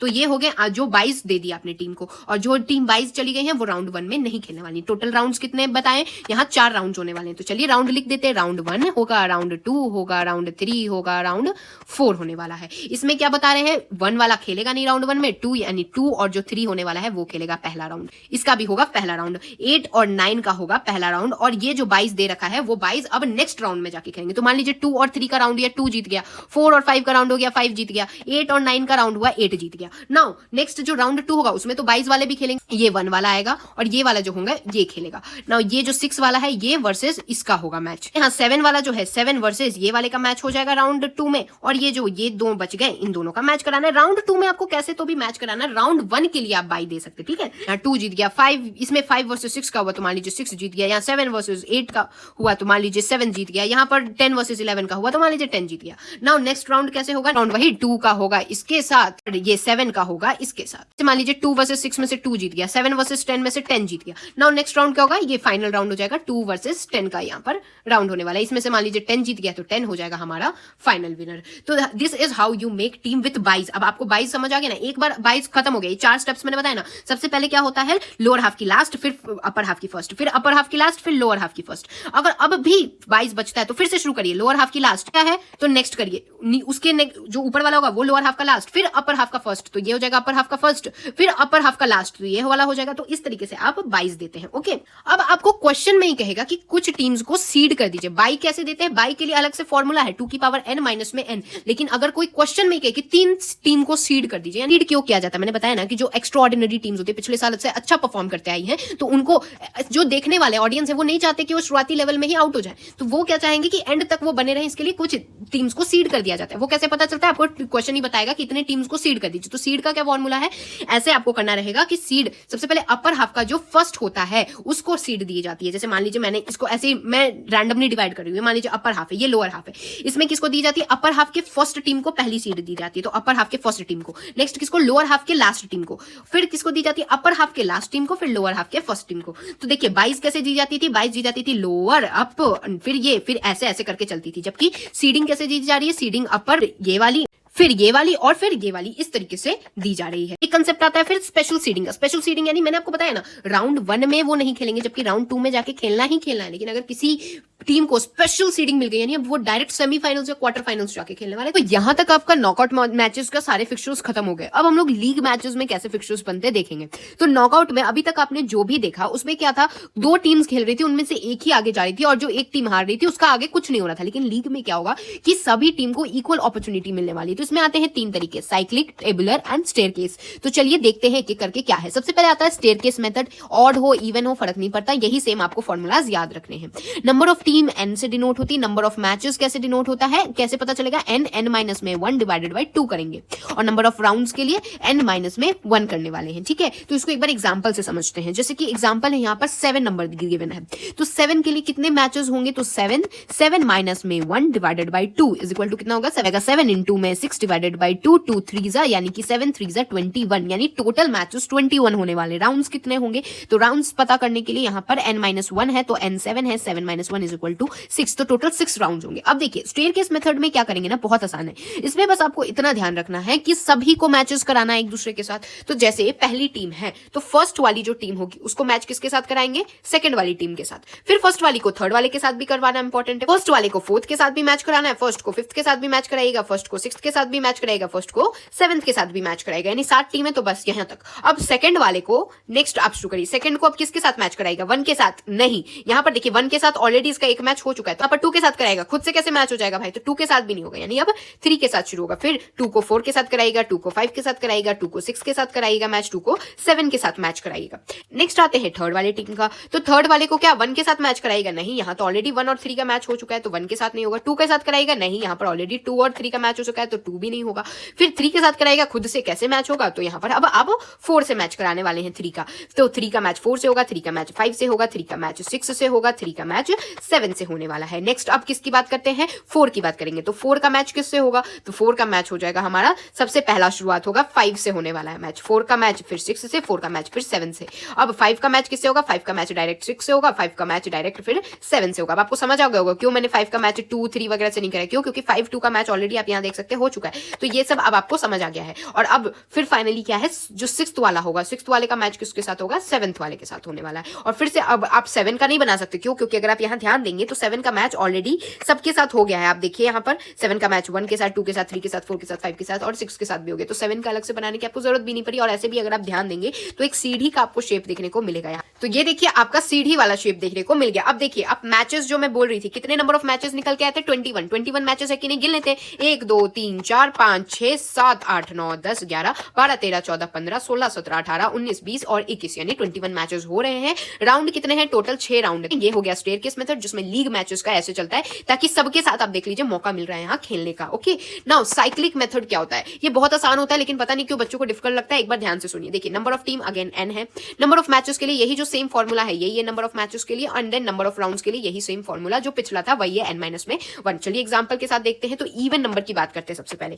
तो इवन में देखिए 6 लेते हैं, तो इसमें नंबर ऑफ मैचेस कितना आ जाएगा, 6 6 माइनस में 1 डिवाइडेड बाई 2, तो 6 इंटू में 5 डिवाइडेड बाई 2, तो 2 3 जा 6 और 5 3 जा 15, तो 15 टोटल में मैचेस होंगे। यहाँ पर हम चेक कर लेंगे एंड में बनाएंगे जब साइक्लिक। उसके बाद फिर नंबर ऑफ राउंड्स देखिए, n माइनस में 1, तो 6 माइनस में 1 इज इक्वल टू 5, तो 5 टोटल में आपके राउंड्स होने वाले। चलिए साइक्लिक मेथड में क्या है ये समझाती हूँ। तो साइक्लिक मेथड में टोटल आपकी टीम्स कितनी है, 6 है, ठीक है, 1 2 3 4 5 6, ये टोटल आपकी टीम्स है, ठीक है, अलग अलग ये टीम्स है। अब इनका क्या करिएगा ना, एक साइकिल हम बनाने वाले हैं। साइकिल कैसे बनाएंगे, सबसे पहले लिखिए 1 2 3 4 5 6, ठीक है, ये हो गया आपका पहली साइकिल। तो साइकिल का एरो देना जरूरी है, ऐसे जाएगा फिर ऐसे जाएगा और ऐसे हमने लिखा है, ठीक है। तो ऐसा करती हूँ मैं आपको एक फ्रेश पेज पे बना के दिखाती हूँ। तो टोटल में 1 2 3 4 5 और 6 टीम्स हैं। तो इसका बनाते हैं सबसे पहले साइक्लिक मेथड से 1 2 3 4 5 और 6। इसमें एक और बात जरूरी होती है कि आपको एरो देना पड़ेगा कि ऐसे लिखा है फिर हमने ऐसे किया और फिर ऐसे साइकिल बनाया है, ठीक है। उसके बाद नेक्स्ट इंटरचेंज करना है, पहले वाले को कांस्टेंट रखिए और नेक्स्ट वाले को इंटरचेंज करिए। कैसे इंटरचेंज करेंगे, तो देखिए 1 तो कांस्टेंट रहेगा जहां रहना है, उसके बाद ये जो 2 है 2 को क्या करेंगे आप नीचे लिखेंगे, 3 को यहां लिखेंगे, 4 यहां चला जाएगा, 5 यहां चला जाएगा और 6 यहां आ जाएगा। ओके, तो और एरो फिर से बना दीजिए, हमने कैसे किया है, ऐसे ऐसे और ऐसे साइक्लिक चल रहा है। फिर से करिए, 1 को फिर से आपको कांस्टेंट रखना है, तो क्या हो जाएगा यहां पर, अब आप 2 इधर लिखेंगे, 3 4 5 और 6, फिर से एरो बना दीजिए, ऐसे ऐसे और ऐसे जाएगा। नाउ नेक्स्ट बनाइए, 1 को कांस्टेंट रखिए, 1 को कांस्टेंट रखने के बाद फिर 2 को यहां लिखिए, 3 4 5 एंड 6। आपको किस तरीके से साइकिल चल रहा है, ऐसे साइकिल चल रहा है ना। नेक्स्ट फिर से करिए, 1 को कांस्टेंट रखिए, 1 को कांस्टेंट रखने के बाद 2 3 4 5 एंड देन 6। चलिए ये एरो भी बना देते हैं, कैसे कैसे जा रहे हैं ये बताना आपको इंपॉर्टेंट है। फिर यहां पर फिर से 1 को कांस्टेंट रखिए, 2 को अब वापस से इधर आ जाएगा, 3 4 5 एंड 6। तो यहां आप देखेंगे ये वाला और ये वाला तो वापस से सेम हो गया, इसका मतलब हमारे को इस वाले की कोई जरूरत नहीं, यानी टोटल इतने ही बनने वाले हैं। उसके बाद आप कर दीजिए यहां पर किसका मैच किसके साथ होगा, जो जिसके सामने उसका मैच उसके साथ होगा। 5 का मैच 1 के साथ, 4 का मैच 6 के साथ, 3 का मैच 2 के साथ, इस तरीके से सबके मैचेस आपको फाइनली मिल गए हैं। तो ये हो गया लीग मैच। इवन नंबर के लिए कैसे होगा, ऑड नंबर के लिए अलग होता है लेकिन बहुत आसान होता है वो भी। तो लीग मैचेस का आपको फाइनली मिल गया। अब देखिए, अब आप एक बार क्रॉस चेक कर लीजिए क्या है, मैचेस नंबर ऑफ मैचेस कितने होंगे, 15 होंगे, चेक कर लेते हैं। 1 2 3 4 5 6 7 8 9 10 11 12 13 14 15, हाँ 15 मैचेस तो हो रहे हैं। और यहाँ पर कितने राउंड्स हो रहे हैं, तो 5 round, 1 round, 2 round, 3 round, 4 round और 5 राउंड। हाँ, तो सही आंसर है। तो आपको समझ आया कि साइकिलिंग में क्या करना है, एक को कांस्टेंट रखिए और उसके बाद सबको एक बार एक राउंड घुमा दीजिए, इसलिए साइकिल बना दीजिए, साइक्लिक हो गया। अब बात करते हैं ऑड के लिए। फॉर्मूला सेम है, फॉर्मूला फिर से बताने की जरूरत नहीं है। अब लेते हैं एक ऑड नंबर, दैट इज यहाँ पर 7 जैसे गिवन है। तो 7 के लिए मैचेस कितने आएंगे, 7 7 माइनस में 1 डिवाइडेड बाई 2, यानी कि 7 इंटू में 6 डिवाइडेड बाई 2, तो 2 3 जा 7 3 जा 21 टोटल में मैचेस आने वाले हैं। तो देखिए इसमें क्या होगा, आपके पास कितनी टीम है, 1 2 3 4 5 6 and 7 odd number of team है। तो यहाँ पर क्या करते हैं ना, जब हम लोग बनाएंगे ना, तो ये यहाँ पर एक बाई लिख देंगे, बाई देना पड़ेगा और उसके बाद 1 2 3 4 5 6 एंड देन 7 आ जाएगा। यहाँ एरो तो वही देना पड़ेगा, ऐसे करके आप एरो देने वाले हैं। नाउ यहाँ पर अब आप किसको कांस्टेंट रखने वाले हैं, बाई को कांस्टेंट रखने वाले हैं। और अब सबको गोल गोल घुमा दीजिए, तो बाई को कांस्टेंट रख दीजिए, बाई कांस्टेंट है, 1 को अब नीचे कर दीजिए, फिर 2 आ जाएगा, देन 3 4 5 6 एंड देन 7 हो जाएगा। इसका एरो आप दे दीजिए, किस तरीके से हो रहा है, एरो देना इंपॉर्टेंट है। उसके बाद फिर से बाई को कांस्टेंट रखिए, इस बार 1 यहाँ था तो आप सबसे नीचे 1 पहुंचा दीजिए 1 को, तो 1 को यहाँ 1 2 3 4 5 6 एंड देन 7 हो जाएगा। नाउ फिर से बाई को कांस्टेंट रखिए, बाई को कांस्टेंट रख के एरो देना, सॉरी मैं भूल गई, यहाँ पर एरोस देना जरूरी है, आप किस तरीके से रोटेशन कर रहे हैं ये दिखाना पड़ेगा। फिर यहाँ बाई को देखिए, फिर बाई को कांस्टेंट रख के 1 इस बार इधर है तो 1 अब कहां जाएगा, इधर आ जाएगा। तो अब 1 को आप इधर लिख दीजिए, 1 2 3 4 5 6 7 हो गया। नाउ यहाँ पर फिर से मैं एरो दे देती हूँ और देन अगेन फिर से बाई को कांस्टेंट रखिए, बाई को कांस्टेंट रखने के बाद 1 यहाँ था, अब 1 को ऊपर कर दीजिए, तो 1 को अब ऊपर करते हैं, 1 यहाँ 1 2 3 4 5 6 एंड देन 7। इसको फिर से एरो दे देते हैं, हमने कैसे रोटेट किया, इस तरीके से रोटेट किया। फिर से बाई को कांस्टेंट रखिए, बाई कांस्टेंट रखने के बाद 1 को अब ऊपर कर दीजिए, 1 2 3 4 5 6 एंड देन 7। फिर से गोल घुमा दीजिए, कौन सा एरो है वो सब मेंशन कर दीजिए। बस से बाई को कांस्टेंट रखिए, बाई कांस्टेंट रहेगा, 1 को अब ऊपर भेज दीजिए, 1 2 3 4 5 6 एंड देन 7। इसका वापस से हम लोग लगा देते हैं एरो। नाउ एक और राउंड अगर हम लोग करेंगे तो 1 तो वापस से यहाँ आ जाएगा। अब जब 1 यहाँ आ जाएगा तो वापस से यही वाला सिचुएशन बन जाएगा, यानी कि बस इतना ही बनाना है। इतना बनाएंगे तो आप देखिए कितने टोटल में हुए, 1 2 3 4 5 6 एंड देन 7। तो याद रखिएगा जब ऑड नंबर होता है ना तो नंबर ऑफ राउंड्स इक्वल होते हैं नंबर ऑफ टीम के। ओके, तो आपको ये याद रखना चाहिए। और यहां पर अब आपको किसके साथ मैच होगा ये अब आपको पता चल गया है। जिसको बाई दे रहे, देखिए फर्स्ट राउंड में 7 बाई जा रहा है, 6 वाला बाई जा रहा है सेकंड राउंड में। अब देख लीजिए, आपको खुद मैचेस पता चल गए, 3 का मैच 7 के साथ, इस तरीके से अब यहां देख सकते हैं कैसे कैसे मैचेस होंगे। ये आपका बन गया लीग का fixture with the help of cyclic method. Okay, and आप यहां देख भी सकते हैं कि बाई जिस टीम को मिला है वो उस राउंड के लिए नहीं खेलेंगे। टोटल कितने राउंड हुए, 1 2 3 4 5 6 एंड 7 राउंड। तो 7 राउंड यानी जितनी टीम है उतने ही राउंड है ऑड नंबर के लिए। जबकि इवन के लिए देखिए, इवन जब हमने लिया था तो 1 कम राउंड आया था, यानी कि 5 ही राउंड आया था, जबकि टीम 6 थी। तो ये बात याद रखिएगा। और ये हो गया फॉर्मूला। टोटल कितने मैचेस हो रहे, 21 मैचेस। चेक कर लीजिए तो देखिए कितने मैचेस हो रहे, बाई वाले में तो कोई मैचेस नहीं हो रहे, यानी बाई में तो कोई मैच नहीं होगा। तो ये तो ऑलरेडी आपको गिनना नहीं है। कितने बच गए, 3 और ऐसे कितने हैं टोटल, 7 है। तो 7 3 जा 21 हो जाएगा। तो 21 मैचेस हो रहे हैं, हाँ तो हो रहे हैं। तो ये हो गया साइक्लिक मेथड ऑड के लिए कैसे होता है। अब आते हैं हम लोग टेबुलर मेथड। टेबुलर मेथड में कैसे बनाया जाता है एक बार ध्यान दीजिए। यहां पर जैसे हमने लिया नंबर ऑफ टीम्स, इसमें कैसे लेते हैं, नंबर ऑफ टीम n लेते हैं, नंबर ऑफ बॉक्सेस बनाने रहते हैं। तो नंबर ऑफ बॉक्सेस के लिए n+1 लेते हैं और नंबर ऑफ राउंड्स के लिए n-1 लेते हैं। ये एग्जांपल से आपको समझ आ जाएगा। तो यहां पर देखिए, जैसे नंबर ऑफ टीम हमने कितना लिया है, 6 लिया है। नंबर ऑफ बॉक्सेस तो कितने लेंगे हम लोग, 6 + में 1 = 7 बॉक्सेस लेंगे। और नंबर ऑफ राउंड्स कितने होंगे, 6 - में 1 = कितने, 5 राउंड्स होने वाले हैं। इसमें क्या बोल रहा है कि हमें कितने बॉक्सेस, 7 बॉक्सेस बनाने हैं। 7 बॉक्सेस इन द सेंस 7 × 7 का आपको एक डब्बा बनाना पड़ेगा, यानी कि 7 बॉक्सेस इस साइड और 7 बॉक्सेस इस साइड। तो देख लीजिए 1 2 3 4 5 6 एंड 7, यहाँ 1 2 3 4 5 6 एंड 7। तो 7 बॉक्सेस इधर हो गए और देन 7 बॉक्सेस इधर हो गए। उसके बाद आपको क्या करना है ना, इस बॉक्स को हाफ कर देना है। हाफ कर दिए। हाफ करने के बाद इसमें अब आप लिख दीजिए टोटल कितनी टीम्स है, 6 टीम है। तो लिख दीजिए 1 2 3 4 5 एंड देन 6 टीम हो गई।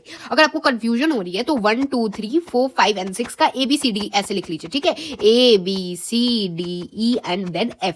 तो कितने नंबर ऑफ राउंड्स यहाँ गिवन है कि 5 राउंड्स होने हैं। तो देखिए 5 राउंड्स होने हैं, तो आप यहाँ लिखिए 1 2 3 4 एंड देन 5। नेक्स्ट क्या करिएगा आप, 1 के नीचे लिखने की जगह नहीं क्रॉस लगा हुआ है, 1 के नीचे तो कुछ नहीं आएगा, 2 के नीचे क्या आएगा, 2 के नीचे 3 आएगा, 3 के नीचे क्या आएगा, 4 एंड देन 5 आएगा। नेक्स्ट 4 के नीचे क्या आएगा, अब 5 आएगा, 5 आएगा। एंड यहाँ नहीं आएगा बिकॉज 6 जो है नंबर ऑफ राउंड्स की हम बात कर रहे हैं। तो नंबर ऑफ राउंड्स कितने हैं, टोटल 5 ही राउंड है। 6 तो टीम है भाई, तो 5 ही राउंड है। अब 5 राउंड खत्म हो गया तो वापस से 1 से शुरू करिए, 1 2। अब यहाँ कुछ नहीं आएगा। 5 के बाद ये लास्ट वाले रो में इंपॉर्टेंट चीज आ जाती है। लास्ट वाले रो में जितने भी इवन वाले हैं ना वो लिखने। तो नंबर ऑफ राउंड्स कितने हैं, टोटल 5 नंबर ऑफ राउंड्स है। तो इनमें से इवन कौन सा है, 2 और 4 वाला है। तो 2 और 4 पहले लिखवाएगा, उसके बाद कौन कौन से हैं जो बचे हुए वो आप लिख देंगे। तो 1 3 लिख देंगे। तो भी ये तो रेड वाला जो है वो क्या है, ये टीम है। तो इसलिए मैं कह रही थी अगर आप कंफ्यूज हो रहे क्योंकि हम लोग नंबर ऑफ राउंड्स भी जो है वो नंबर्स ही ले रहे हैं और टीम भी अगर नंबर्स में है तो आप क्या कर सकते हैं, इसको अल्फाबेट असाइन करके ABCD लिख सकते हैं यहाँ पर ABCD इस तरीके से, तो कंफ्यूज नहीं होंगे। लेकिन ऐसे भी कंफ्यूज होने की जरूरत नहीं है। अब आपको नेक्स्ट क्या काम करना है, उसके बाद यहाँ नीचे वापस से 1 2 3 4 5 एंड देन 6 जितनी टीम्स है वो फिल कर दिया आपने। अब आप क्या करेंगे ना, यहाँ पर देखेंगे 1 किसके किसके सामने है, 2 के सामने है और 1 के सामने है। तो पहला जो होगा, पहला राउंड 1 जो होगा हमारा, राउंड 1 होगा किसके किसके बीच में, 1 2 एंड देन 1 के बीच में राउंड 1 होगा। तो 1 वर्सेस 2 होगा राउंड 1। एक 1 आप देख सकते हैं यहाँ है, तो यहाँ पर क्या है 5 है और यहाँ क्या है 3 है, तो यानी 5 वर्सेस 3 जो होगा एक राउंड 1 के अंदर ही होगा। और एक और 1 यहाँ है, तो यहाँ पर देखिए 6 वर्सेस 4 जो है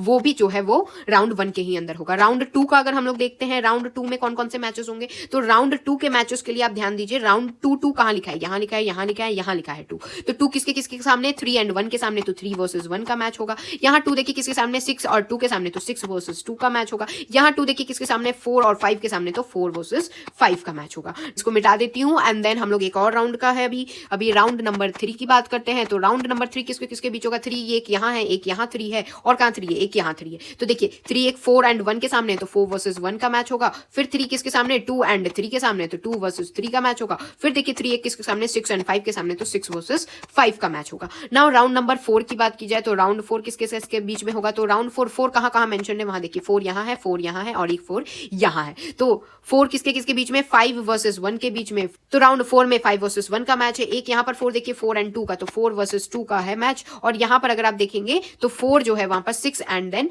3 के बीच में मैच है, तो 6 वर्सेस 3 का मैच हो गया। राउंड अभी बच रहा है राउंड नंबर 5 की अगर बात की जाए तो यहाँ पर देखिए 5 का ये 6 एंड 1 है, तो 6 वर्सेस 1 का मैच होगा। फिर यहाँ देखिए 5 का 2 एंड 5 है, तो 5 वर्सेस 2 का मैच होगा। और यहाँ पर देखिए 5 एक और 3 है और 4 है, तो 4 वर्सेस 3 का मैच होगा। तो राउंड 5 में ये तीनों मैचेस होंगे। तो अब आप देख सकते हैं सारे मैचेस, कोई भी ऐसा नहीं छूटा है जिसके साथ मैच नहीं हो रहा है, because this is a league match और सबके साथ मैच कराना जरूरी है। तो आप देख सकते हैं टोटल कितने राउंड्स होंगे, 5 राउंड्स होंगे। हाँ 1 2 3 4 एंड देन 5 राउंड्स है। इसमें मैचेस कितने हो रहे हैं, 1 2 3 4 5 6 7 8 9 10 11 12 13 14 एंड देन 15 टोटल में मैचेस हो रहे हैं। तो ये हो गया किस तरीके से हम टेबुलर मेथड में इवन नंबर का निकालते हैं। ऑड में क्या होता है, एक जगह आपको बाई देनी पड़ती है। बाई कहां देनी पड़ेगी वो मैं बताती हूँ। इसमें सब चीजें सेम है, बस यहाँ पर नंबर ऑफ बॉक्सेस n+2 हो जाता है और नंबर ऑफ राउंड्स क्या बन जाते हैं, वो n ही रहते हैं। यानी कि इसका जो पिछले वाले में था हमने क्या कहता है n-1 किया था, इसमें कुछ नहीं, नॉर्मल n रहते हैं, वही नंबर ऑफ राउंड्स कहलाते हैं। यानी अगर टोटल टीम हम लेते हैं 7 मेंबर्स की टीम है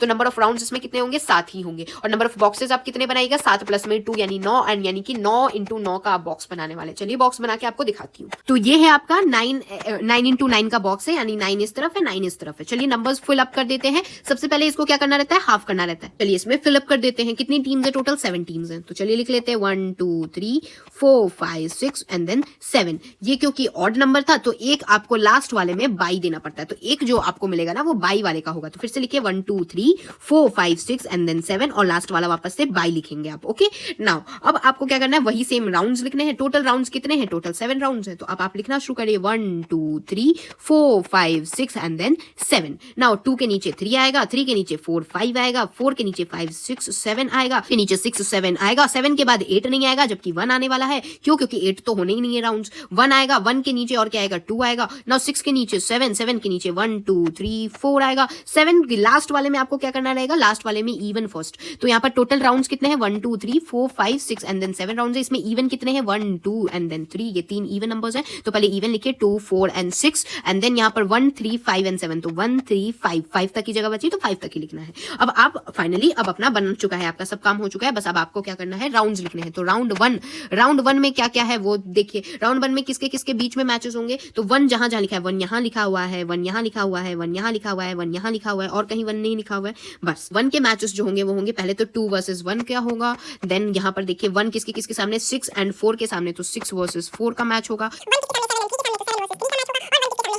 5 का यानी 5 को राउंड 1 में बाई मिलने वाला है, ठीक है। तो इसको मैच मत काउंट करिएगा, ये क्या है, बाई दिया गया है। नाउ राउंड 2 की बात की जाए तो राउंड 2 में देखिए कहाँ कहाँ है, 2 लिखा हुआ है, एक यहाँ 2 लिखा हुआ है, 1 2 एंड यहाँ 3 और एक यहाँ पर 2। तो टोटल कितने मैचेस हो रहे हैं यहाँ पर, 3 वर्सेस 1 का मैच होगा यहाँ पर।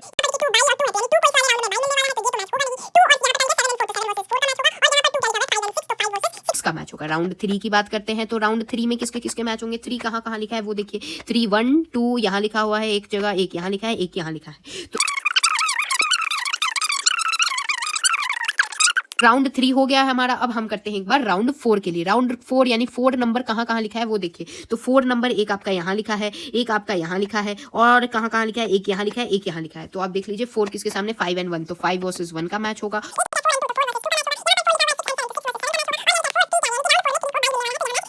राउंड 5 की बात कर लेते हैं। तो राउंड 5 में कहाँ कहाँ 5 लिखा हुआ है वो ध्यान दे दीजिए। तो 5 एक यहाँ लिखा है, 1 यहाँ पर एक 5 लिखा है, एक यहाँ पर 5 लिखा है, और एक यहाँ पर 5 लिखा है। तो अब आप देख लीजिए 6 वर्सेस 1 का मैच होगा। तो 6 वर्सेस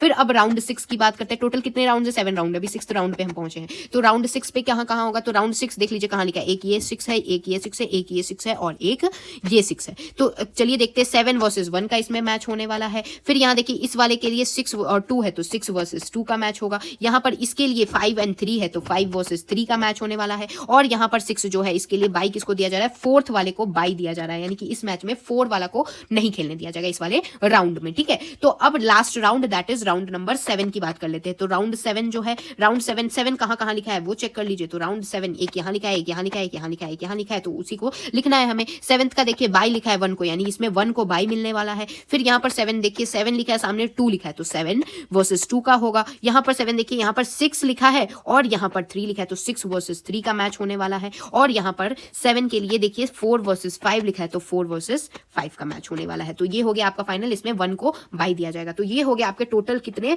मैचेस होने वाले हैं। अब आपको फाइनली आपका फिक्सचर बन चुका है। तो कितने राउंड्स होंगे, 7 राउंड्स ही हैं। कितने बॉक्सेस कैसे पता चले वो फॉर्मूला से आपको पता चल के, ऑड नंबर के लिए आपको क्या करना पड़ता है, +2 करना रहता है। तो आपको मैंने सब कुछ सॉल्व करके अब सारे मैचेस आपको बता दिए हैं। एक बार मैं समरी बता देती हूँ। आपका फिक्सचर्स खत्म हो गया। नॉकआउट और लीग के लिए अलग अलग होता है। ऑड में, नॉकआउट में ऑड जब रहता है तो बाई देना तो जरूरी हो जाता है, बिकॉज 1 2 3 4 5 रहेगा, इन दोनों का मैच हो जाएगा, इन दोनों का मैच हो जाएगा, इसका मैच किसके साथ होगा तो इसको बाई दे देंगे, है ना।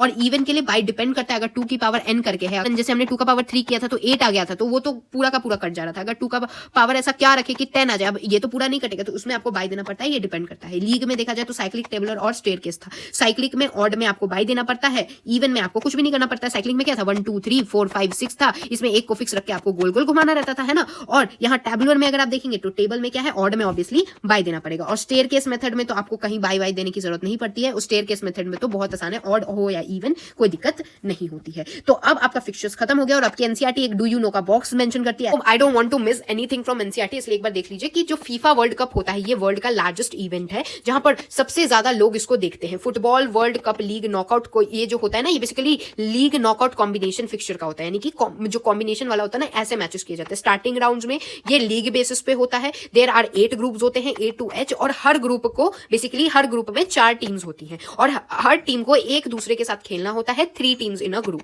हर को बाकी बची हुई 3 के साथ गेम खेलने होते हैं। जो उनमें से टॉप 2 टीम्स होती हैं हर ग्रुप में से, वो प्री क्वार्टर फाइनल्स के लिए सेलेक्ट हो जाती है, जो पॉइंट टेबल में सबसे टॉप 2 होती हैं। और फिर नॉकआउट राउंड स्टार्ट होता है। नहीं समझ आया कि क्या है ना, बेसिकली कि इसमें टोटल 8 ग्रुप्स हैं, तो 1 2 3 4 5 6 7 8, ठीक है। और हर ग्रुप में कितने कितने हैं, हर ग्रुप में टोटल 4 टीम्स प्रेजेंट है, ठीक है। हर ग्रुप में 4 है।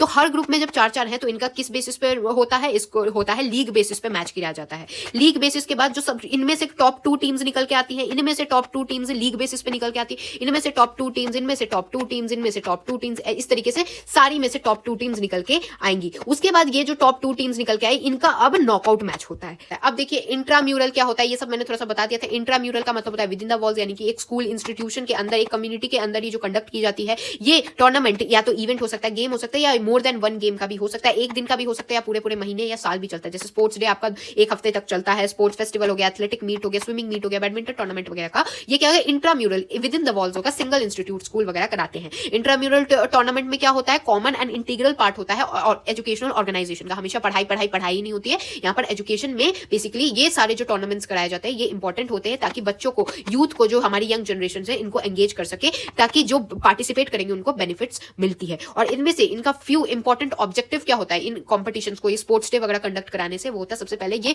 पार्टिसिपेट करने के लिए लोगों को एंकरेज करते हैं। यहाँ ऑल राउंड डेवलपमेंट होती है बच्चों की, बच्चे किताबी कीड़े नहीं बन जाते हैं, ये डेवलप करते हैं फेयर प्ले, रिस्पेक्ट करना सीखते हैं, फ्रेंडशिप स्पोर्ट्स के थ्रू सीखते हैं। सबसे पहले तो ये अपॉर्चुनिटी प्रोवाइड करता है एक तो कंट्रोल्ड इन्वायरमेंट में, आपको कोई देख रेख करने वाला है। यहाँ पर फोकस आपको फिटनेस पे, वेलबींग पे, हेल्थ के एस्पेक्ट में बच्चों को फोकस करवाया जाएगा। ये प्रमोट करता है करिकुलर इंटीग्रेशन स्पोर्ट्स के थ्रू। और यहाँ पर personality, first stage of leadership, जब गेम्स खेलेंगे तो लीडरशिप का आपको प्रॉपर्टी आएगा, इमोशंस को जानेंगे, ये नहीं कि हार गए तो बैट फेंक के चले गए। यहाँ पर कॉर्पोरेशन सीखेंगे, तो ये सब चीजें होती है। स्पोर्ट्स डे में पार्टिसिपेट लेना चाहिए। इंटरम्यूरल टूर्नामेंट्स का क्या क्या सिग्निफिकेंस है, तो बहुत सारे बेनिफिट्स है पार्टिसिपेट करने का। एक कंट्रोल्ड इन्वायरमेंट में विद इनफ स्कोप, यहाँ स्कोप होती है ऑल राउंड डेवलपमेंट की। सबसे पहले सिलेक्शन ऑफ एक्स्ट्रा म्यूरल, तो इंट्राम्यूरल टूर्नामेंट जो होता है ना, इससे जैसे आप अगर अपने स्कूल लेवल पे अच्छा खेलेंगे तो स्कूल वाले अगली बार जब एक्स्ट्रा म्यूरल होगा, एक्स्ट्रा म्यूरल यानी जब बाहर किसी इंटर स्कूल कॉम्पिटिशन होगा या इंटर डिस्ट्रिक्ट कॉम्पिटिशन होगा, तो उसमें क्या करेंगे, स्कूल वाले आपको ले जाएंगे। तो इसमें क्या हो रहा है, आपके ये क्या क्या फायदे हो रहे हैं, इंट्राम्यूरल में खेलने से, स्कूल लेवल पे खेलने से आपको एक्स्ट्रा म्यूरल जाने का मौका मिलेगा, तो स्कूल आपको सेलेक्ट करके ले जाएगा। फिर group cohesion,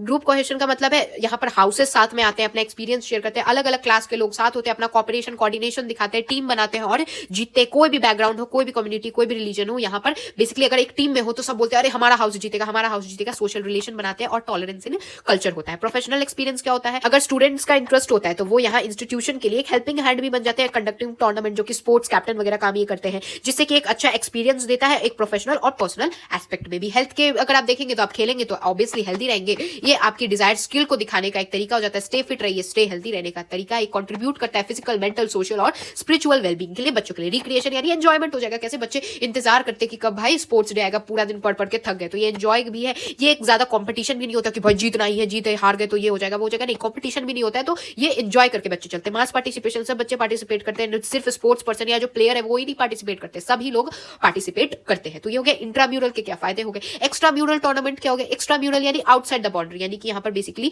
outside beyond the wall, schools या इंस्टीट्यूशंस आपस में, मतलब स्कूल के बाहर के भी बच्चे, सारे बच्चे आएंगे, जैसे zonal level, inter district level, state level, national, international tournaments होते हैं। इसका ऑब्जेक्टिव क्या है, ये बहुत ही पॉपुलर होता है और एसेंशियल पार्ट होता है एजुकेशन में भी। ये बच्चों को पार्टिसिपेट करने में, ऑर्गेनाइज करने के लिए प्रमोट करता है, बच्चों को एंकरेज करता है, यूथ को बहुत सारे बेनिफिट्स देता है। क्या क्या ऑब्जेक्टिव है देखिए, सबसे पहले तो ये अपने high performance, highest level tournament में अचीव कर पाते हैं बच्चे, अपने फीलिंग्स को डेवलप करते हैं, दूसरे इंस्टीट्यूशंस के साथ मिलते हैं। अपने स्कूल में कैसे पता नहीं, लेकिन बाहर के स्कूल से जब मिलते हैं, इनका रहन सहन, सोशल वेलबींग थोड़ा ठीक होता है। प्रोवाइड अपॉर्चुनिटी, यहाँ करियर के प्रोस्पेक्ट में यहाँ बच्चों को अपॉर्चुनिटी मिलती है कि क्या वो अपने स्पोर्ट्स बेसिकली क्या करियर कुछ कुछ बच्चे लेते हैं तो उनमें भी इनको मिलता है। ये प्रमोट करता है social, cultural, economic development sports के थ्रू। अब इसका सिग्निफिकेंस क्या है, इसका इंप्लीमेंटेड सक्सेसफुली है, ये बहुत सारे बेनिफिट्स लाता है पार्टिसिपेंट्स के लिए। ये टैलेंट को शोकेस करने का, उनके अपने पोटेंशियल को दिखाने का एक तरीका होता है। सबसे पहले तो प्रोग्रेशन इन परफॉर्मेंस, आप जब परफॉर्म करेंगे तो आप ऑब्वियसली लिफ्ट अप ही करेंगे, अपना परफॉर्मेंस बढ़ाएंगे ही, एक्सपीरियंस गेन करेंगे, सीखेंगे टैक्टिक्स, स्ट्रैटेजीज क्या होती है, कैसे फिटनेस रखना है, साइकोलॉजिकल प्रिपरेशन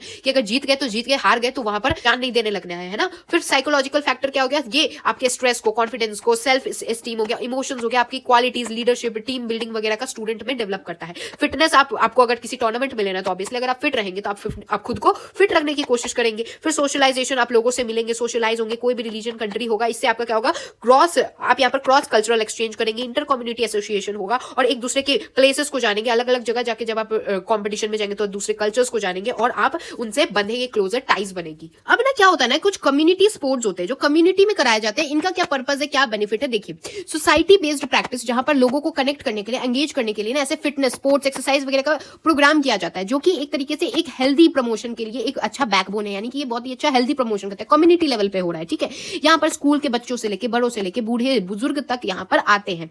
यहाँ क्या होता है, यहाँ पर पर्पस होता है बाय इन्वॉल्विंग सिटीजंस, पब्लिक, जो एक सोसाइटी में रहते हैं, जैसे सोसाइटी मीट होता है ना, वैसे सोसाइटीज में कभी कभी क्या कराया जाता है, कम्युनिटी स्पोर्ट्स कराया जाता है। जैसे योगा के लिए आपको कभी कभी योगा डे पे देखा होगा आपने, पूरी सोसाइटी एक जगह एकत्रित हुई है, तो उसमें स्कूल हो, स्कूल के बच्चे हो, अडल्ट हो या फिर बूढ़े बुजुर्ग भी हो, यहाँ भी इनका पर्पस क्या होता है, अवेयरनेस करवाना, सोशल कैंपेन्स कराना, टैलेंट की सर्च करें कि अच्छा हमारी सोसाइटी में एक कितना मस्त खेलता है, ये टैलेंट ही तो हो रहा है, ये रिक्रिएशन अपॉर्चुनिटीज देते हैं। लो कम्युनिटी स्पोर्ट्स जो होते हैं इनको हम लोग लो थ्रेशोल्ड स्पोर्ट्स एक्टिविटी भी कहते हैं, which make them a powerful tool, जिससे कि एक वाइड रेंज ऑफ पॉपुलेशन को स्पोर्ट्स, एक्सरसाइज और फिटनेस के अंदर ले जाया जा सकता है। यहाँ कम्युनिटी स्पोर्ट्स जो होता है वो कभी भी कॉम्पिटेटिव कॉम्पिटिटिव हमेशा नहीं होता, यानी कि हमारी सोसाइटी जीतेगी कि तुम्हारी सोसाइटी जीतेगी, ऐसा नहीं होता। इनकी कोई रूल बुक भी नहीं होती, बस ऐसे ही सोसाइटी के वेलफेयर के लिए किया जाता है। क्या होता है इसका बेनिफिट्स? तो ये अपॉर्चुनिटी देती है लोगों को मिलने की, मीटिंग पीपल, लोग मिलते हैं, अपना इंटरेस्ट बताते हैं। कम्युनिटी जो होती है वो साथ में वर्क करती है एक कॉमन गोल के लिए, और एक सर्टेन यहाँ ट्रस्ट बनता है सोसाइटी के लोगों के अंदर। इनका कुछ बेनिफिट्स अभी हम डिस्कस करते हैं। सबसे पहले हेल्थ बेनिफिट।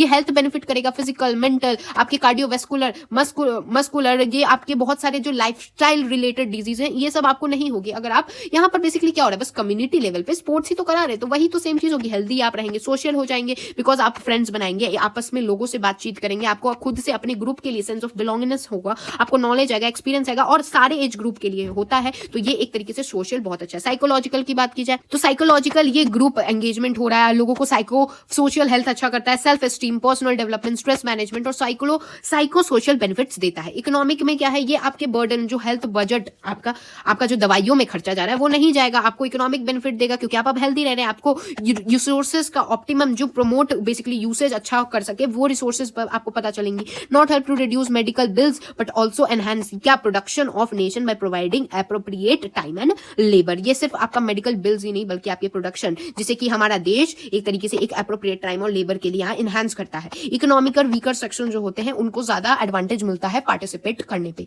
कम्युनिटी स्पोर्ट्स क्या होता है, तो कम्युनिटी स्पोर्ट्स जो होते हैं वो residential society, villages, cities, school वगैरह में होते हैं, ना सिर्फ यहाँ पर स्किल्स और एबिलिटी को दिखाने के लिए, बस की हार्मनी भी हर एज ग्रुप के लोगों में मिलाप बना रहे, इसके लिए भी कम्युनिटी स्पोर्ट्स होता है। सीनियर सिटीजन हो, वुमेन हो, कोई भी डिफरेंटली एबल्ड भी हो, वो भी आके यहाँ पार्टिसिपेट कर सकते हैं। स्पोर्ट्स डे क्या होता है, एनुअल कैलेंडर, यानी साल में एक बार स्पोर्ट्स डे होता है, जहां पर सिर्फ अपनी एबिलिटीज को शो करते हैं, जहां तक कि बच्चे और जो बेसिकली यूथ लोग होते हैं इनको एक अपॉर्चुनिटी मिलता है कि आपस में ये मिलते हैं, अपने ग्रीट करते हैं और इंटरैक्ट करते हैं एक दूसरे से। ये रिफ्लेक्ट करते हैं ऑर्गेनाइजेशनल स्ट्रेंथ ऑफ सोसाइटी, कैसे मेंबर्स साथ में हैं, और अदर ऑर्गेनाइजिंग इंस्टीट्यूशन। तो स्पोर्ट्स डे मनाने के लिए सिर्फ जो टैलेंटेड एथलीट्स हैं वही सिर्फ पार्टिसिपेट नहीं करते, बल्कि बहुत सारे लोग जिनके पास स्किल है वो भी पार्टिसिपेट करते हैं। यहाँ मैक्सिमम एंगेजमेंट का फोकस होता है कि ज्यादा से ज्यादा लोग पार्टिसिपेट करें एक कम्युनिटी स्पोर्ट्स में। इन रिसेंट टाइम्स गवर्नमेंट जो इंडिया है ये नेशनल स्पोर्ट्स डे कब 29 अगस्त को मनाती है। किसके बर्थडे पे? मेजर ध्यानचंद जी के बर्थडे पे, जो कि एक हॉकी के लेजेंड है, इनके बर्थडे पे यानी कि 29 अगस्त को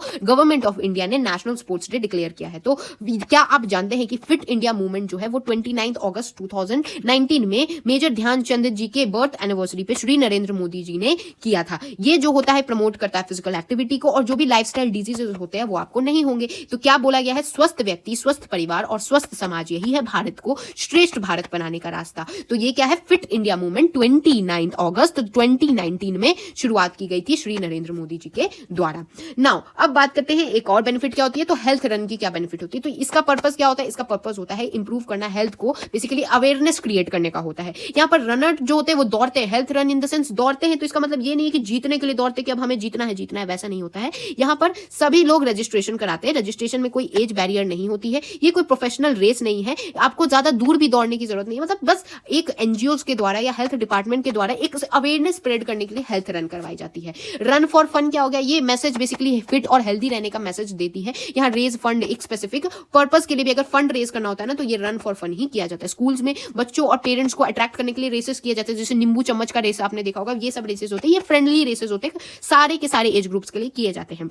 हाउएवर फिजिकल एजुकेशन के टीचर्स होते हैं वो मस्ट बी केयरफुल और प्लान अच्छे से करना रहता है ताकि कोई एक्सीडेंट या मिसहैप ना हो, क्योंकि this is just run for fun है और इन सबको आपको बस नॉर्मली लेके चलना है, कोई मिसहैप नहीं होनी चाहिए। मोबिलिटी, टाइप्स ऑफ मूवमेंट, ये सब देखना जरूरी है। यहाँ पर जैसे कि एग्जांपल है लेमन स्पून रेस हो गया, स्नेक रेस होता है, 3 लेग्ड रेस होता है जहां पर 2 पैरों को बांध दिया जाता है 2 लोगों के, फिर पेरेंट चाइल्ड का रेस होता है, टीचर चाइल्ड का रेस होता है, बनाना रेस होता है, रोड रनिंग वगैरह होती है। तो ये क्या है, रन फॉर फन है। रन फॉर स्पेसिफिक कॉज क्या है, यहाँ पर कोई अवेयरनेस स्प्रेड करना, उसके लिए स्पेसिफिक कॉज के लिए भाग रहे, एक सोशल इशू को दर्शाने के लिए, जैसे क्लीनिनेस, प्रमोटिंग ग्रीन एनवायरनमेंट वगैरह। तो ये अवेयरनेस एक बहुत सारे लोगों में अवेयरनेस कराने के लिए लोग रन करते हैं। तो ये क्या है, एग्जांपल है जैसे कि अगर कैंसर, एड्स या जेंडर इक्वालिटी के लिए जो मोर्चा वगैरह चलता है ना, उसी तरीके से समझ लीजिए। रन फॉर यूनिटी, साथ रहने का, यूनिटी के लिए कैसे, तो इंटीग्रिटी, प्रमोट इंटीग्रिटी वगैरह के लिए, आपस में भाईचारा, ब्रदरहुड, एक स्टेट, नेशन और डिफरेंट रिलीजन के बीच में यहाँ पर एक बॉन्डिंग डेवलप करने के लिए रन फॉर यूनिटी की जाती है। गेम्स और स्पोर्ट्स क्या हो गया, डिफरेंट गेम्स और स्पोर्ट्स ऑर्गेनाइज किए जाते हैं in the wild wholesome development of community, ताकि कम्युनिटी की होलसम डेवलपमेंट हो पाए। इंडिजिनस ग्रुप जैसे खो खो, कबड्डी, मार्बल्स, गिल्ली डंडा, ये सब चीजें भी खिलाई जाती हैं जिससे कि लोग अपने कल्चर से जुड़े रहे, नहीं सिर्फ बैट बॉल ये सब से नहीं, बल्कि जो पहले हमारे कल्चर में भी जो गिल्ली डंडा वगैरह खेला जाता था ये भी बताया जाए। तो by this I have completed your first chapter of physical education. I hope you guys understood. Meet you guys in the next video. तब तक के लिए thanks for watching and don't forget to like, share and subscribe to my channel. चलो अब जल्दी से अभी दीदी पढ़ाई में लगे अब सब इजी। अभी दीदी तैयारी हो ऐसी कि हो सब